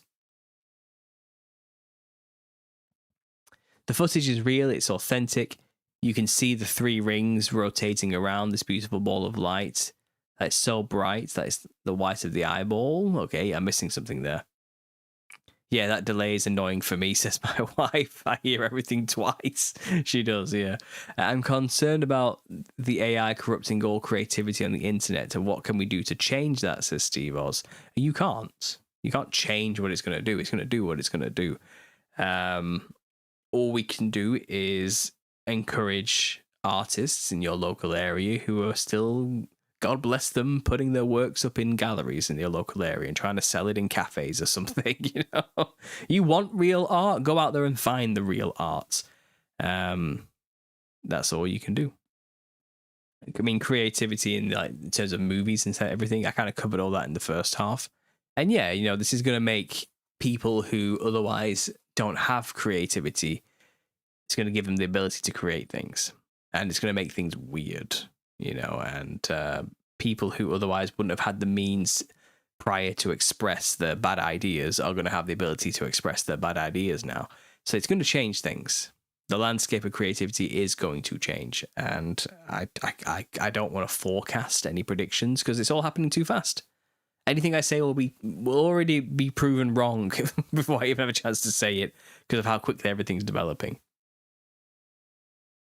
Did you mention anything about AI will be used to contact aliens? I'm going live about that topic in a few hours and wondered if you thought the same thing.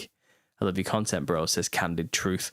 Well, I don't know. I don't know if AI is going to be, probably. They seem to be using AI to do everything these days, so it wouldn't be surprising if maybe that's what they were planning on doing, you know, mixing this new technology that we've just mastered and humanity has just created to help us finally crack the code of the messages from aliens that we've been sent for so long. Like they said they used AI to decipher the things that are on this ball, you know what I mean, this sphere, and it gave us this message of love, peace, unity, and intergalactic light, you know.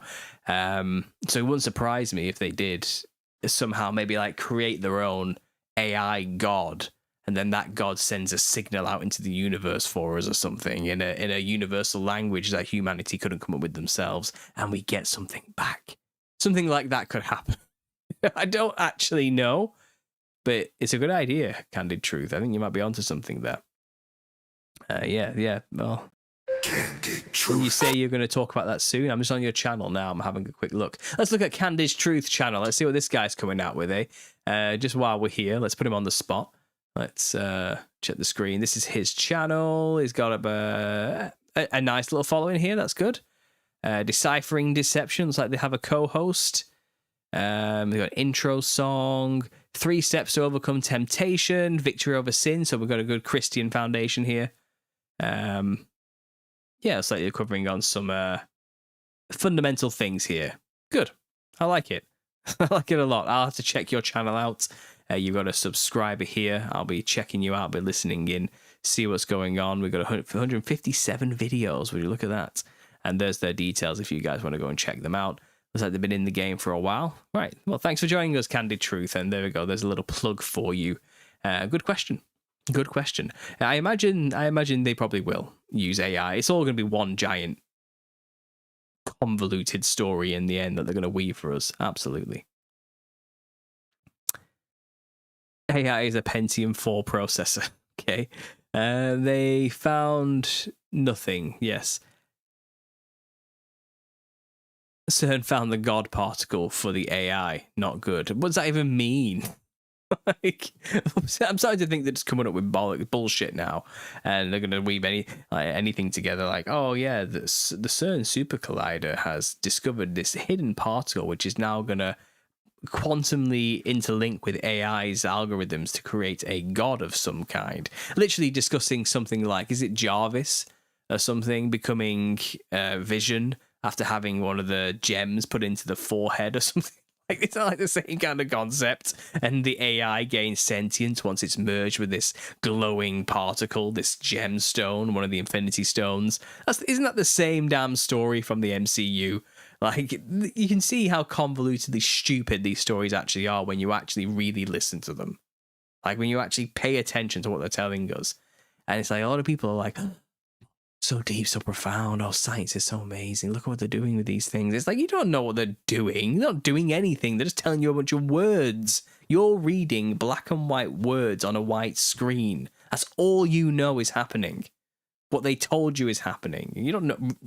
It's just all smoke and mirrors. I think it's all just a one giant convoluted show.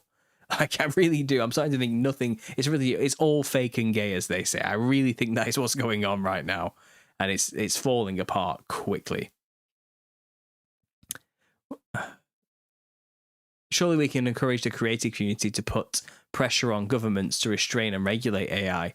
Yes, governments are all corrupt, but pressure works.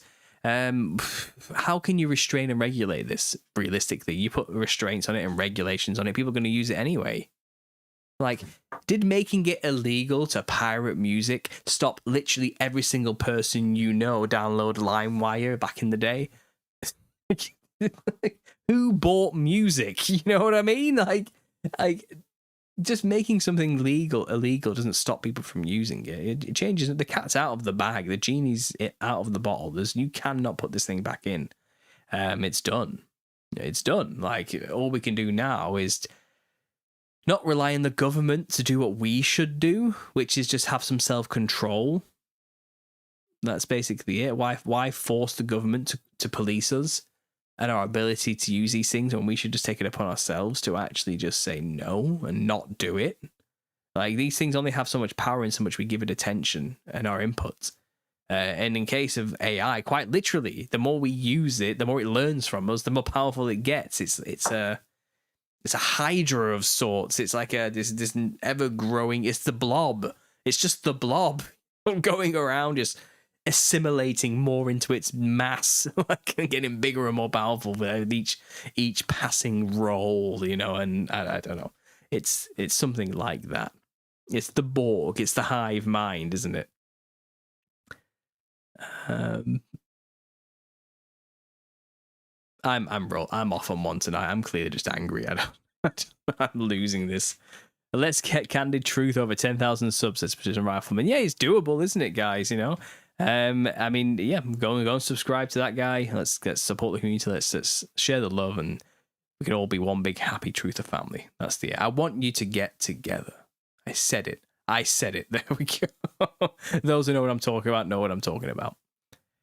I think this AI thing will be used to take the internet down. When it comes back, you will need your real ID to log on for accountability. Just a thought. Yeah, so it gets rid of the ability to be on the internet anonymously. It's like, oh, you want to use the internet, you have to authenticate yourself as a real person before you log on. And then anything you do is tracked and logged and put down in the record, so we know exactly where the real people are and where the AI is. That type of stuff. For our own safety, of course. I can see that happening, yeah.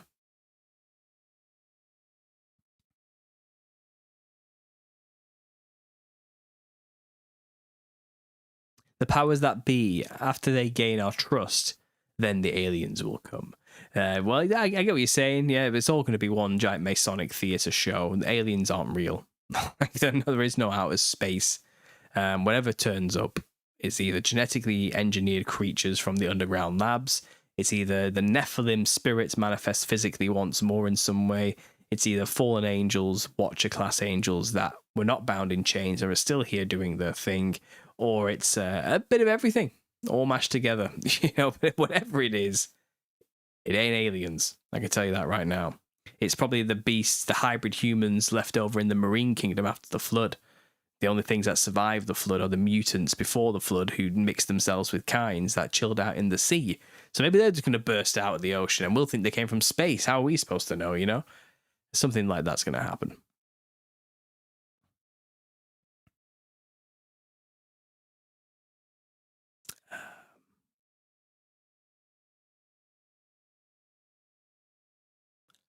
Sorry, guys. Sorry for the silence. I'm trying to catch up with the chat, but it's kind of all over the place.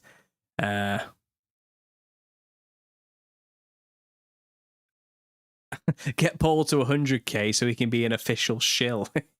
That's right, guys. I need to get my shill badge, but I can't be officially a shill until I hit 100,000 subscribers. Haven't you heard? Anybody who gets 100,000 subscribers has to be a part of the control system. They must be a paid agent shill. You don't get to be 100,000 subscribers unless you're a part of the team, you know? Let's get me there, guys. I'm not a shill yet, but I could be if I get just an extra 7,000 subscribers. So let's get me up there, guys. Let's do it. I'll put the plaque on the wall and everything will be great. Certified shill. There we go. Someone's going to clip that, use that out of context, and take me seriously. That is going to happen. I can guarantee it. And while we're on this idea, that's just something funny because I made a video, didn't I, about AI. Okay.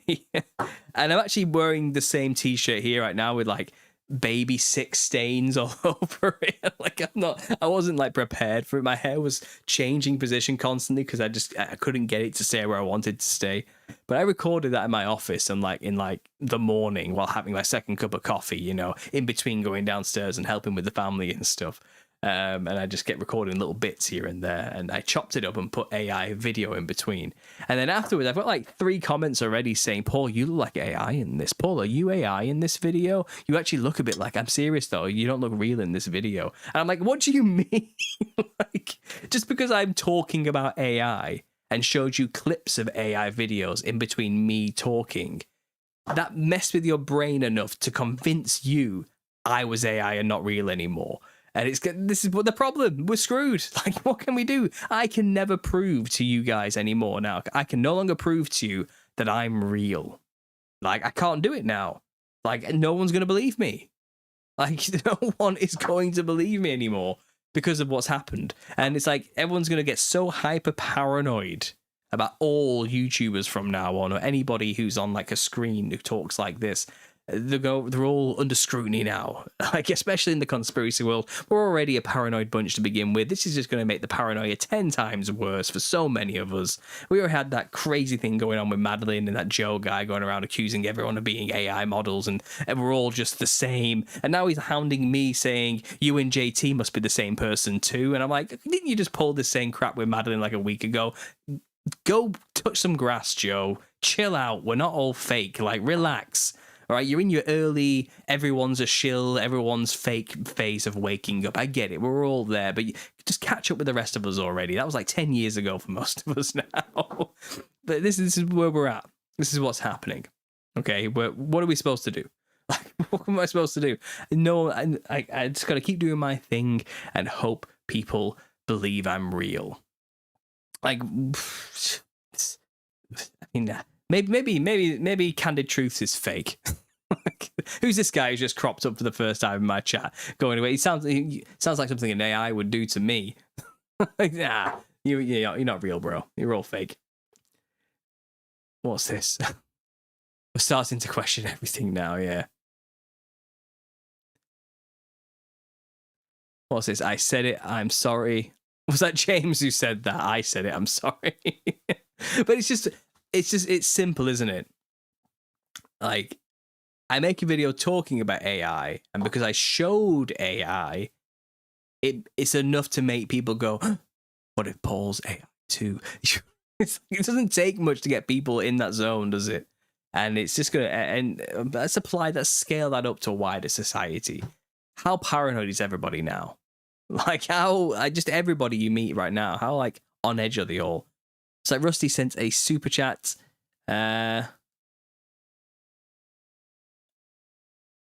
Talks about a demon being party colored, maybe for clown book.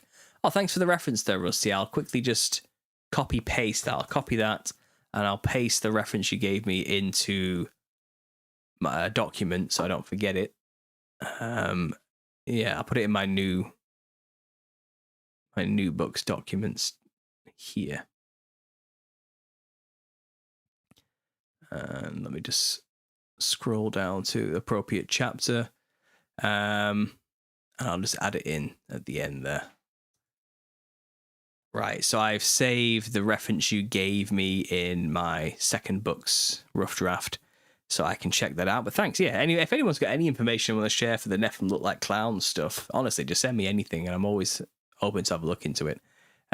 Demons being party-coloured. Interesting. Yeah, that's definitely right on my alley for that. Thanks for sending that, Rusty. I really appreciate it. And thanks for the super chat as well, brother. I'm thankful for that. My wife's going to make me a badge. Official shill. I'll wear the official shill badge right here when I actually hit. I'll have 100k special wearing my wife-made official shill badge. Okay, I'm going to do it. Let's have a laugh here.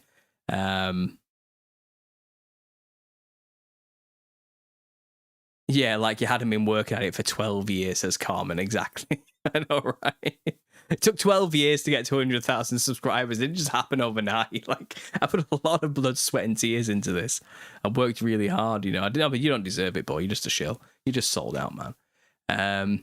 It's hard not to respond and defend Paul and JT when I saw it on my feed, but engagement is what they want, I'm sure.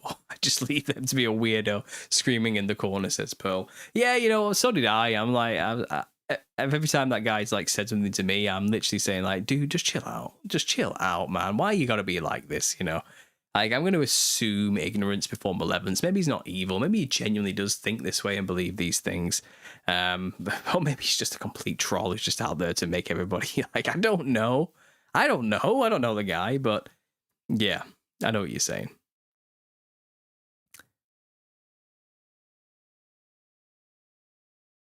I love you, brother, AI or not. Well, that's good to know, James. Thank you. That's where the powers want us, in a place where we can't trust anything. Then Satan will come on the scene appearing as Christ, and the world will be prepared to receive its savior. Yeah, something like that. My wife says he was hounding me before he was hounding Madeline. He was, actually. He came to me first. It didn't stick. So then he went after Madeline, and I think he got to her a little bit. And now that he's kind of done with her, he's come back to me again, and I'm like, just go away, Joe. Shut up. Like, stop it. What is wrong with you? Joe, who's that? He's just a guy who's been kind of accusing everybody in the Little Season community of being the same person using an AI filter and voices.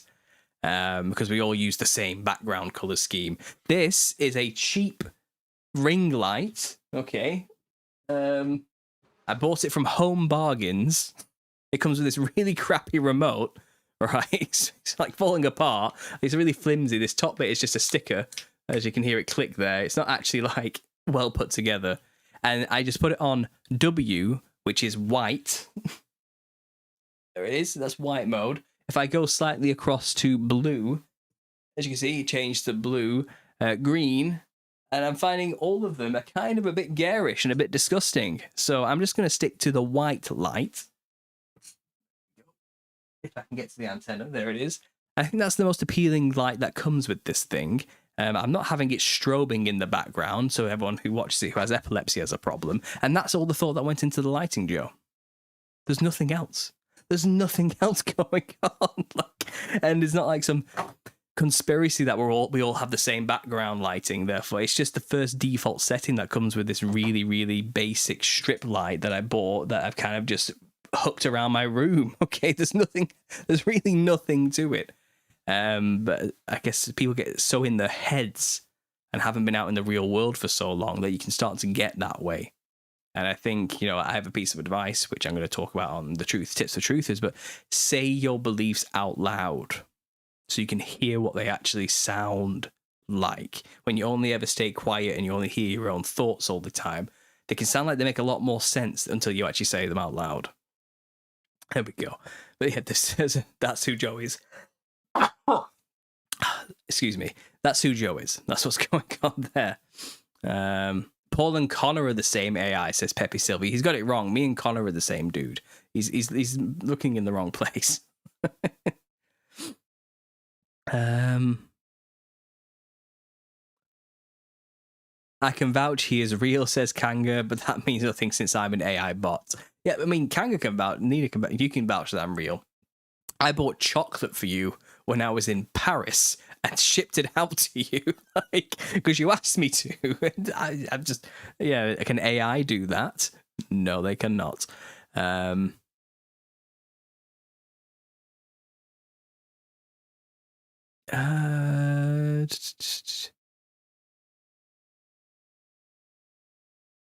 the same remote for my fish tank light.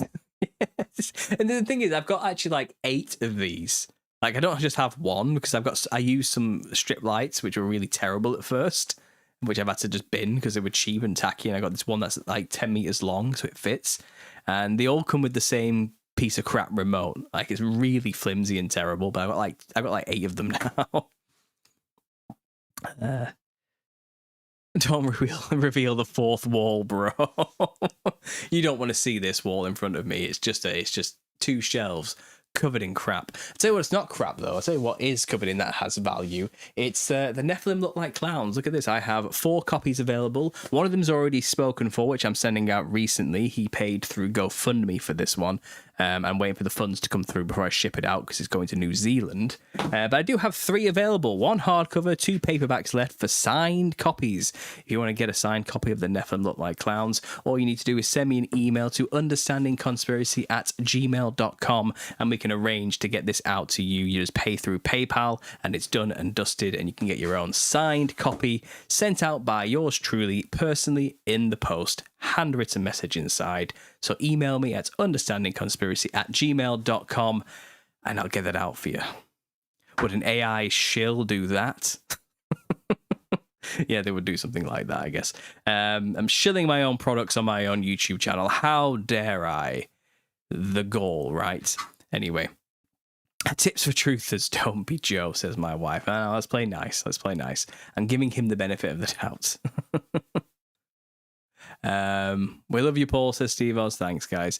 So I'm coming to the end now. What have I got? I've got about 7 minutes left or something like that. Any last minute questions, get them in right now, and I'll try and answer something for you, mate, just to close this out before playing another song, just to ring this out a little bit. What I will say is, if you haven't already, please check out the new channel, Understanding Creativity.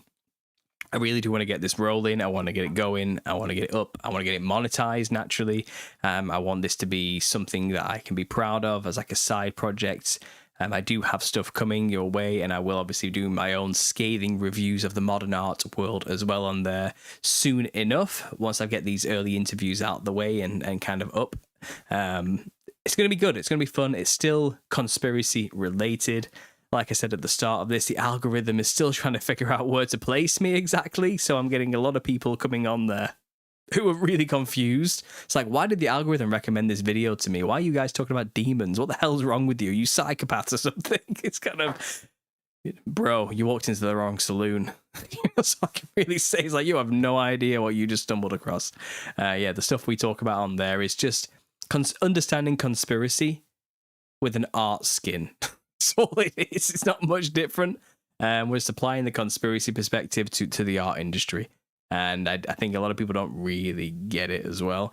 And it's fun. It's fun to watch, but the algorithm will eventually kick it into gear and get in front of all the crazy schizo conspiracy theorists where it should be going. So come and let the algorithm know it's people like you who want to see this stuff, and go and subscribe. That'll be wonderful.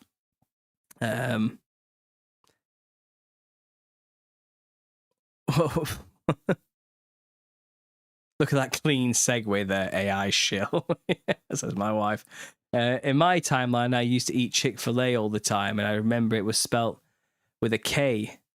In my time, Luke, I am your father for a fact, and even James Earl Jones remembers that, says Parody Mike. Yeah, that's true. That's true. I don't know why we're going on Mandela effect right now. I don't know where that came from, but yeah, I get what you're saying. My wife, I'm not being nice tonight. I actually think he just likes winding everybody up. In my timeline, it was Mirror Mirror. Wow, Parody Mike's really going off on this timeline thing, isn't he?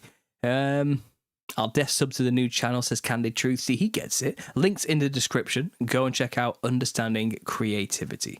Go for it. Parody Mike, I'm going to put you in a timeout just because I can't be bothered with more of those comments. I really can't. Bob Ross talking conspiracies while painting. Yeah, I'm going to share my own artwork there as well. I feel like I might do some sessions where I actually am just drawing, and the camera will be on the pad of paper while I draw something, and I'll just talk while drawing, and I'll just ream off some stuff about art and how to draw and talk conspiracies. Maybe talk about the news, talk about ideas as I go along. Yeah, something like that. Maybe. I don't know. I can have a lot of fun with that channel. It's my side project. It's just something to do extra when I have the time. So yeah, I'm enjoying it. A destroyer of creativity. AI is inseparable from the devil. I've heard it firsthand. Look at the eyes. Try what you mean. Look at the eyes. What's wrong with my eyes? They're too blue for you? I don't get it. Sometimes I think my wife is AI.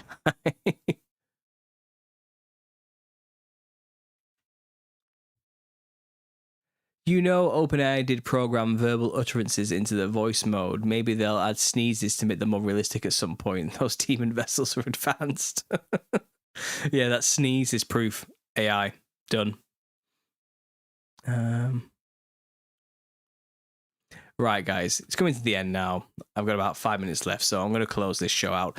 Like I said, I think I've shielded sufficiently for my own products there. Go to Understanding Conspiracy, Understanding Creativity. Let's try again. Let's go to Understanding Creativity and give it a follow, give it a like, go watch the videos. Watch the whole video to give me the watch hours, which I desperately need right now in this early stage to get everything rolling really fast.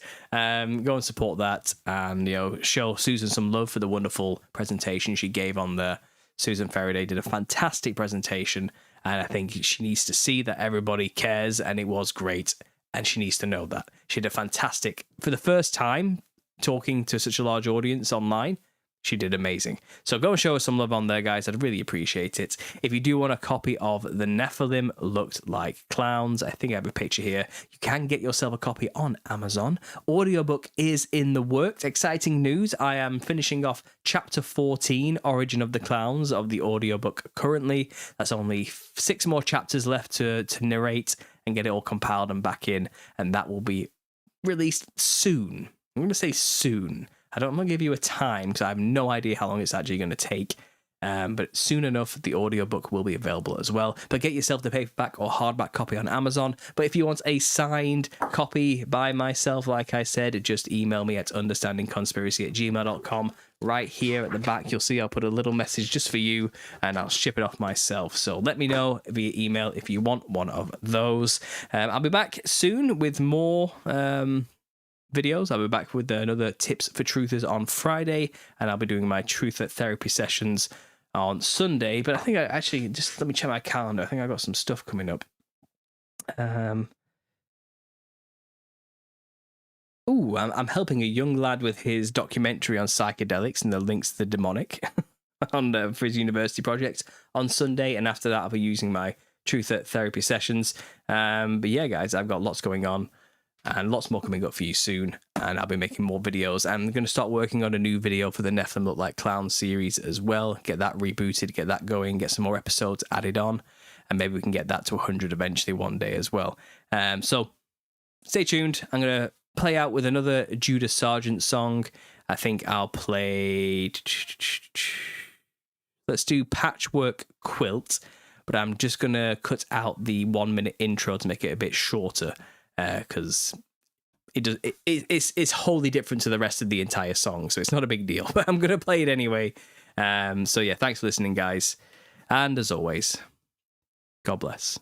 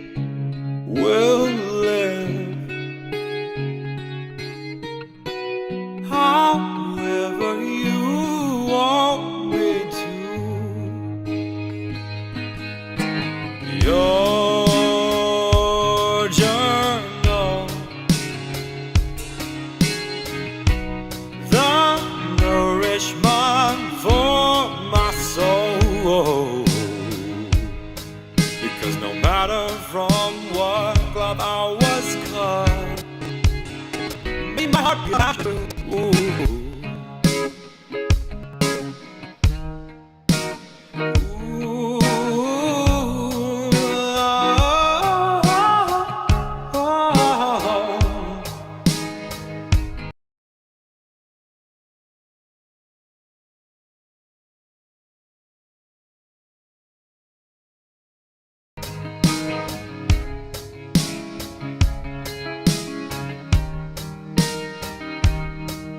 To you.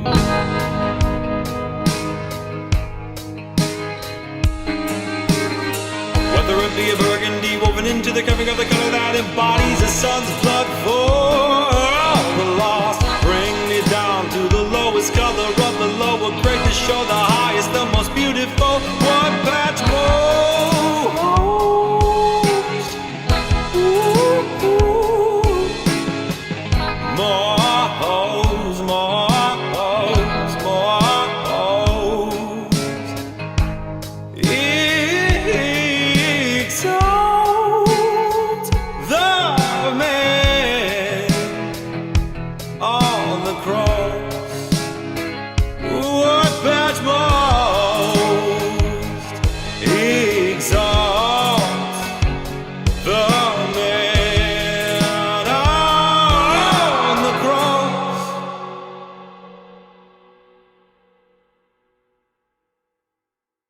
Like the quill Mama had me covered, I slept soundly under. Father, here am I undeserved. If you will choose any of these colors, oh, like the quill Mama had me covered, I will live however you want me to.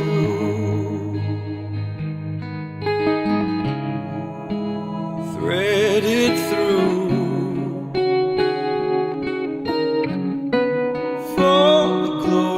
of Savior's blood spilled, because no matter from what cloth I was cut,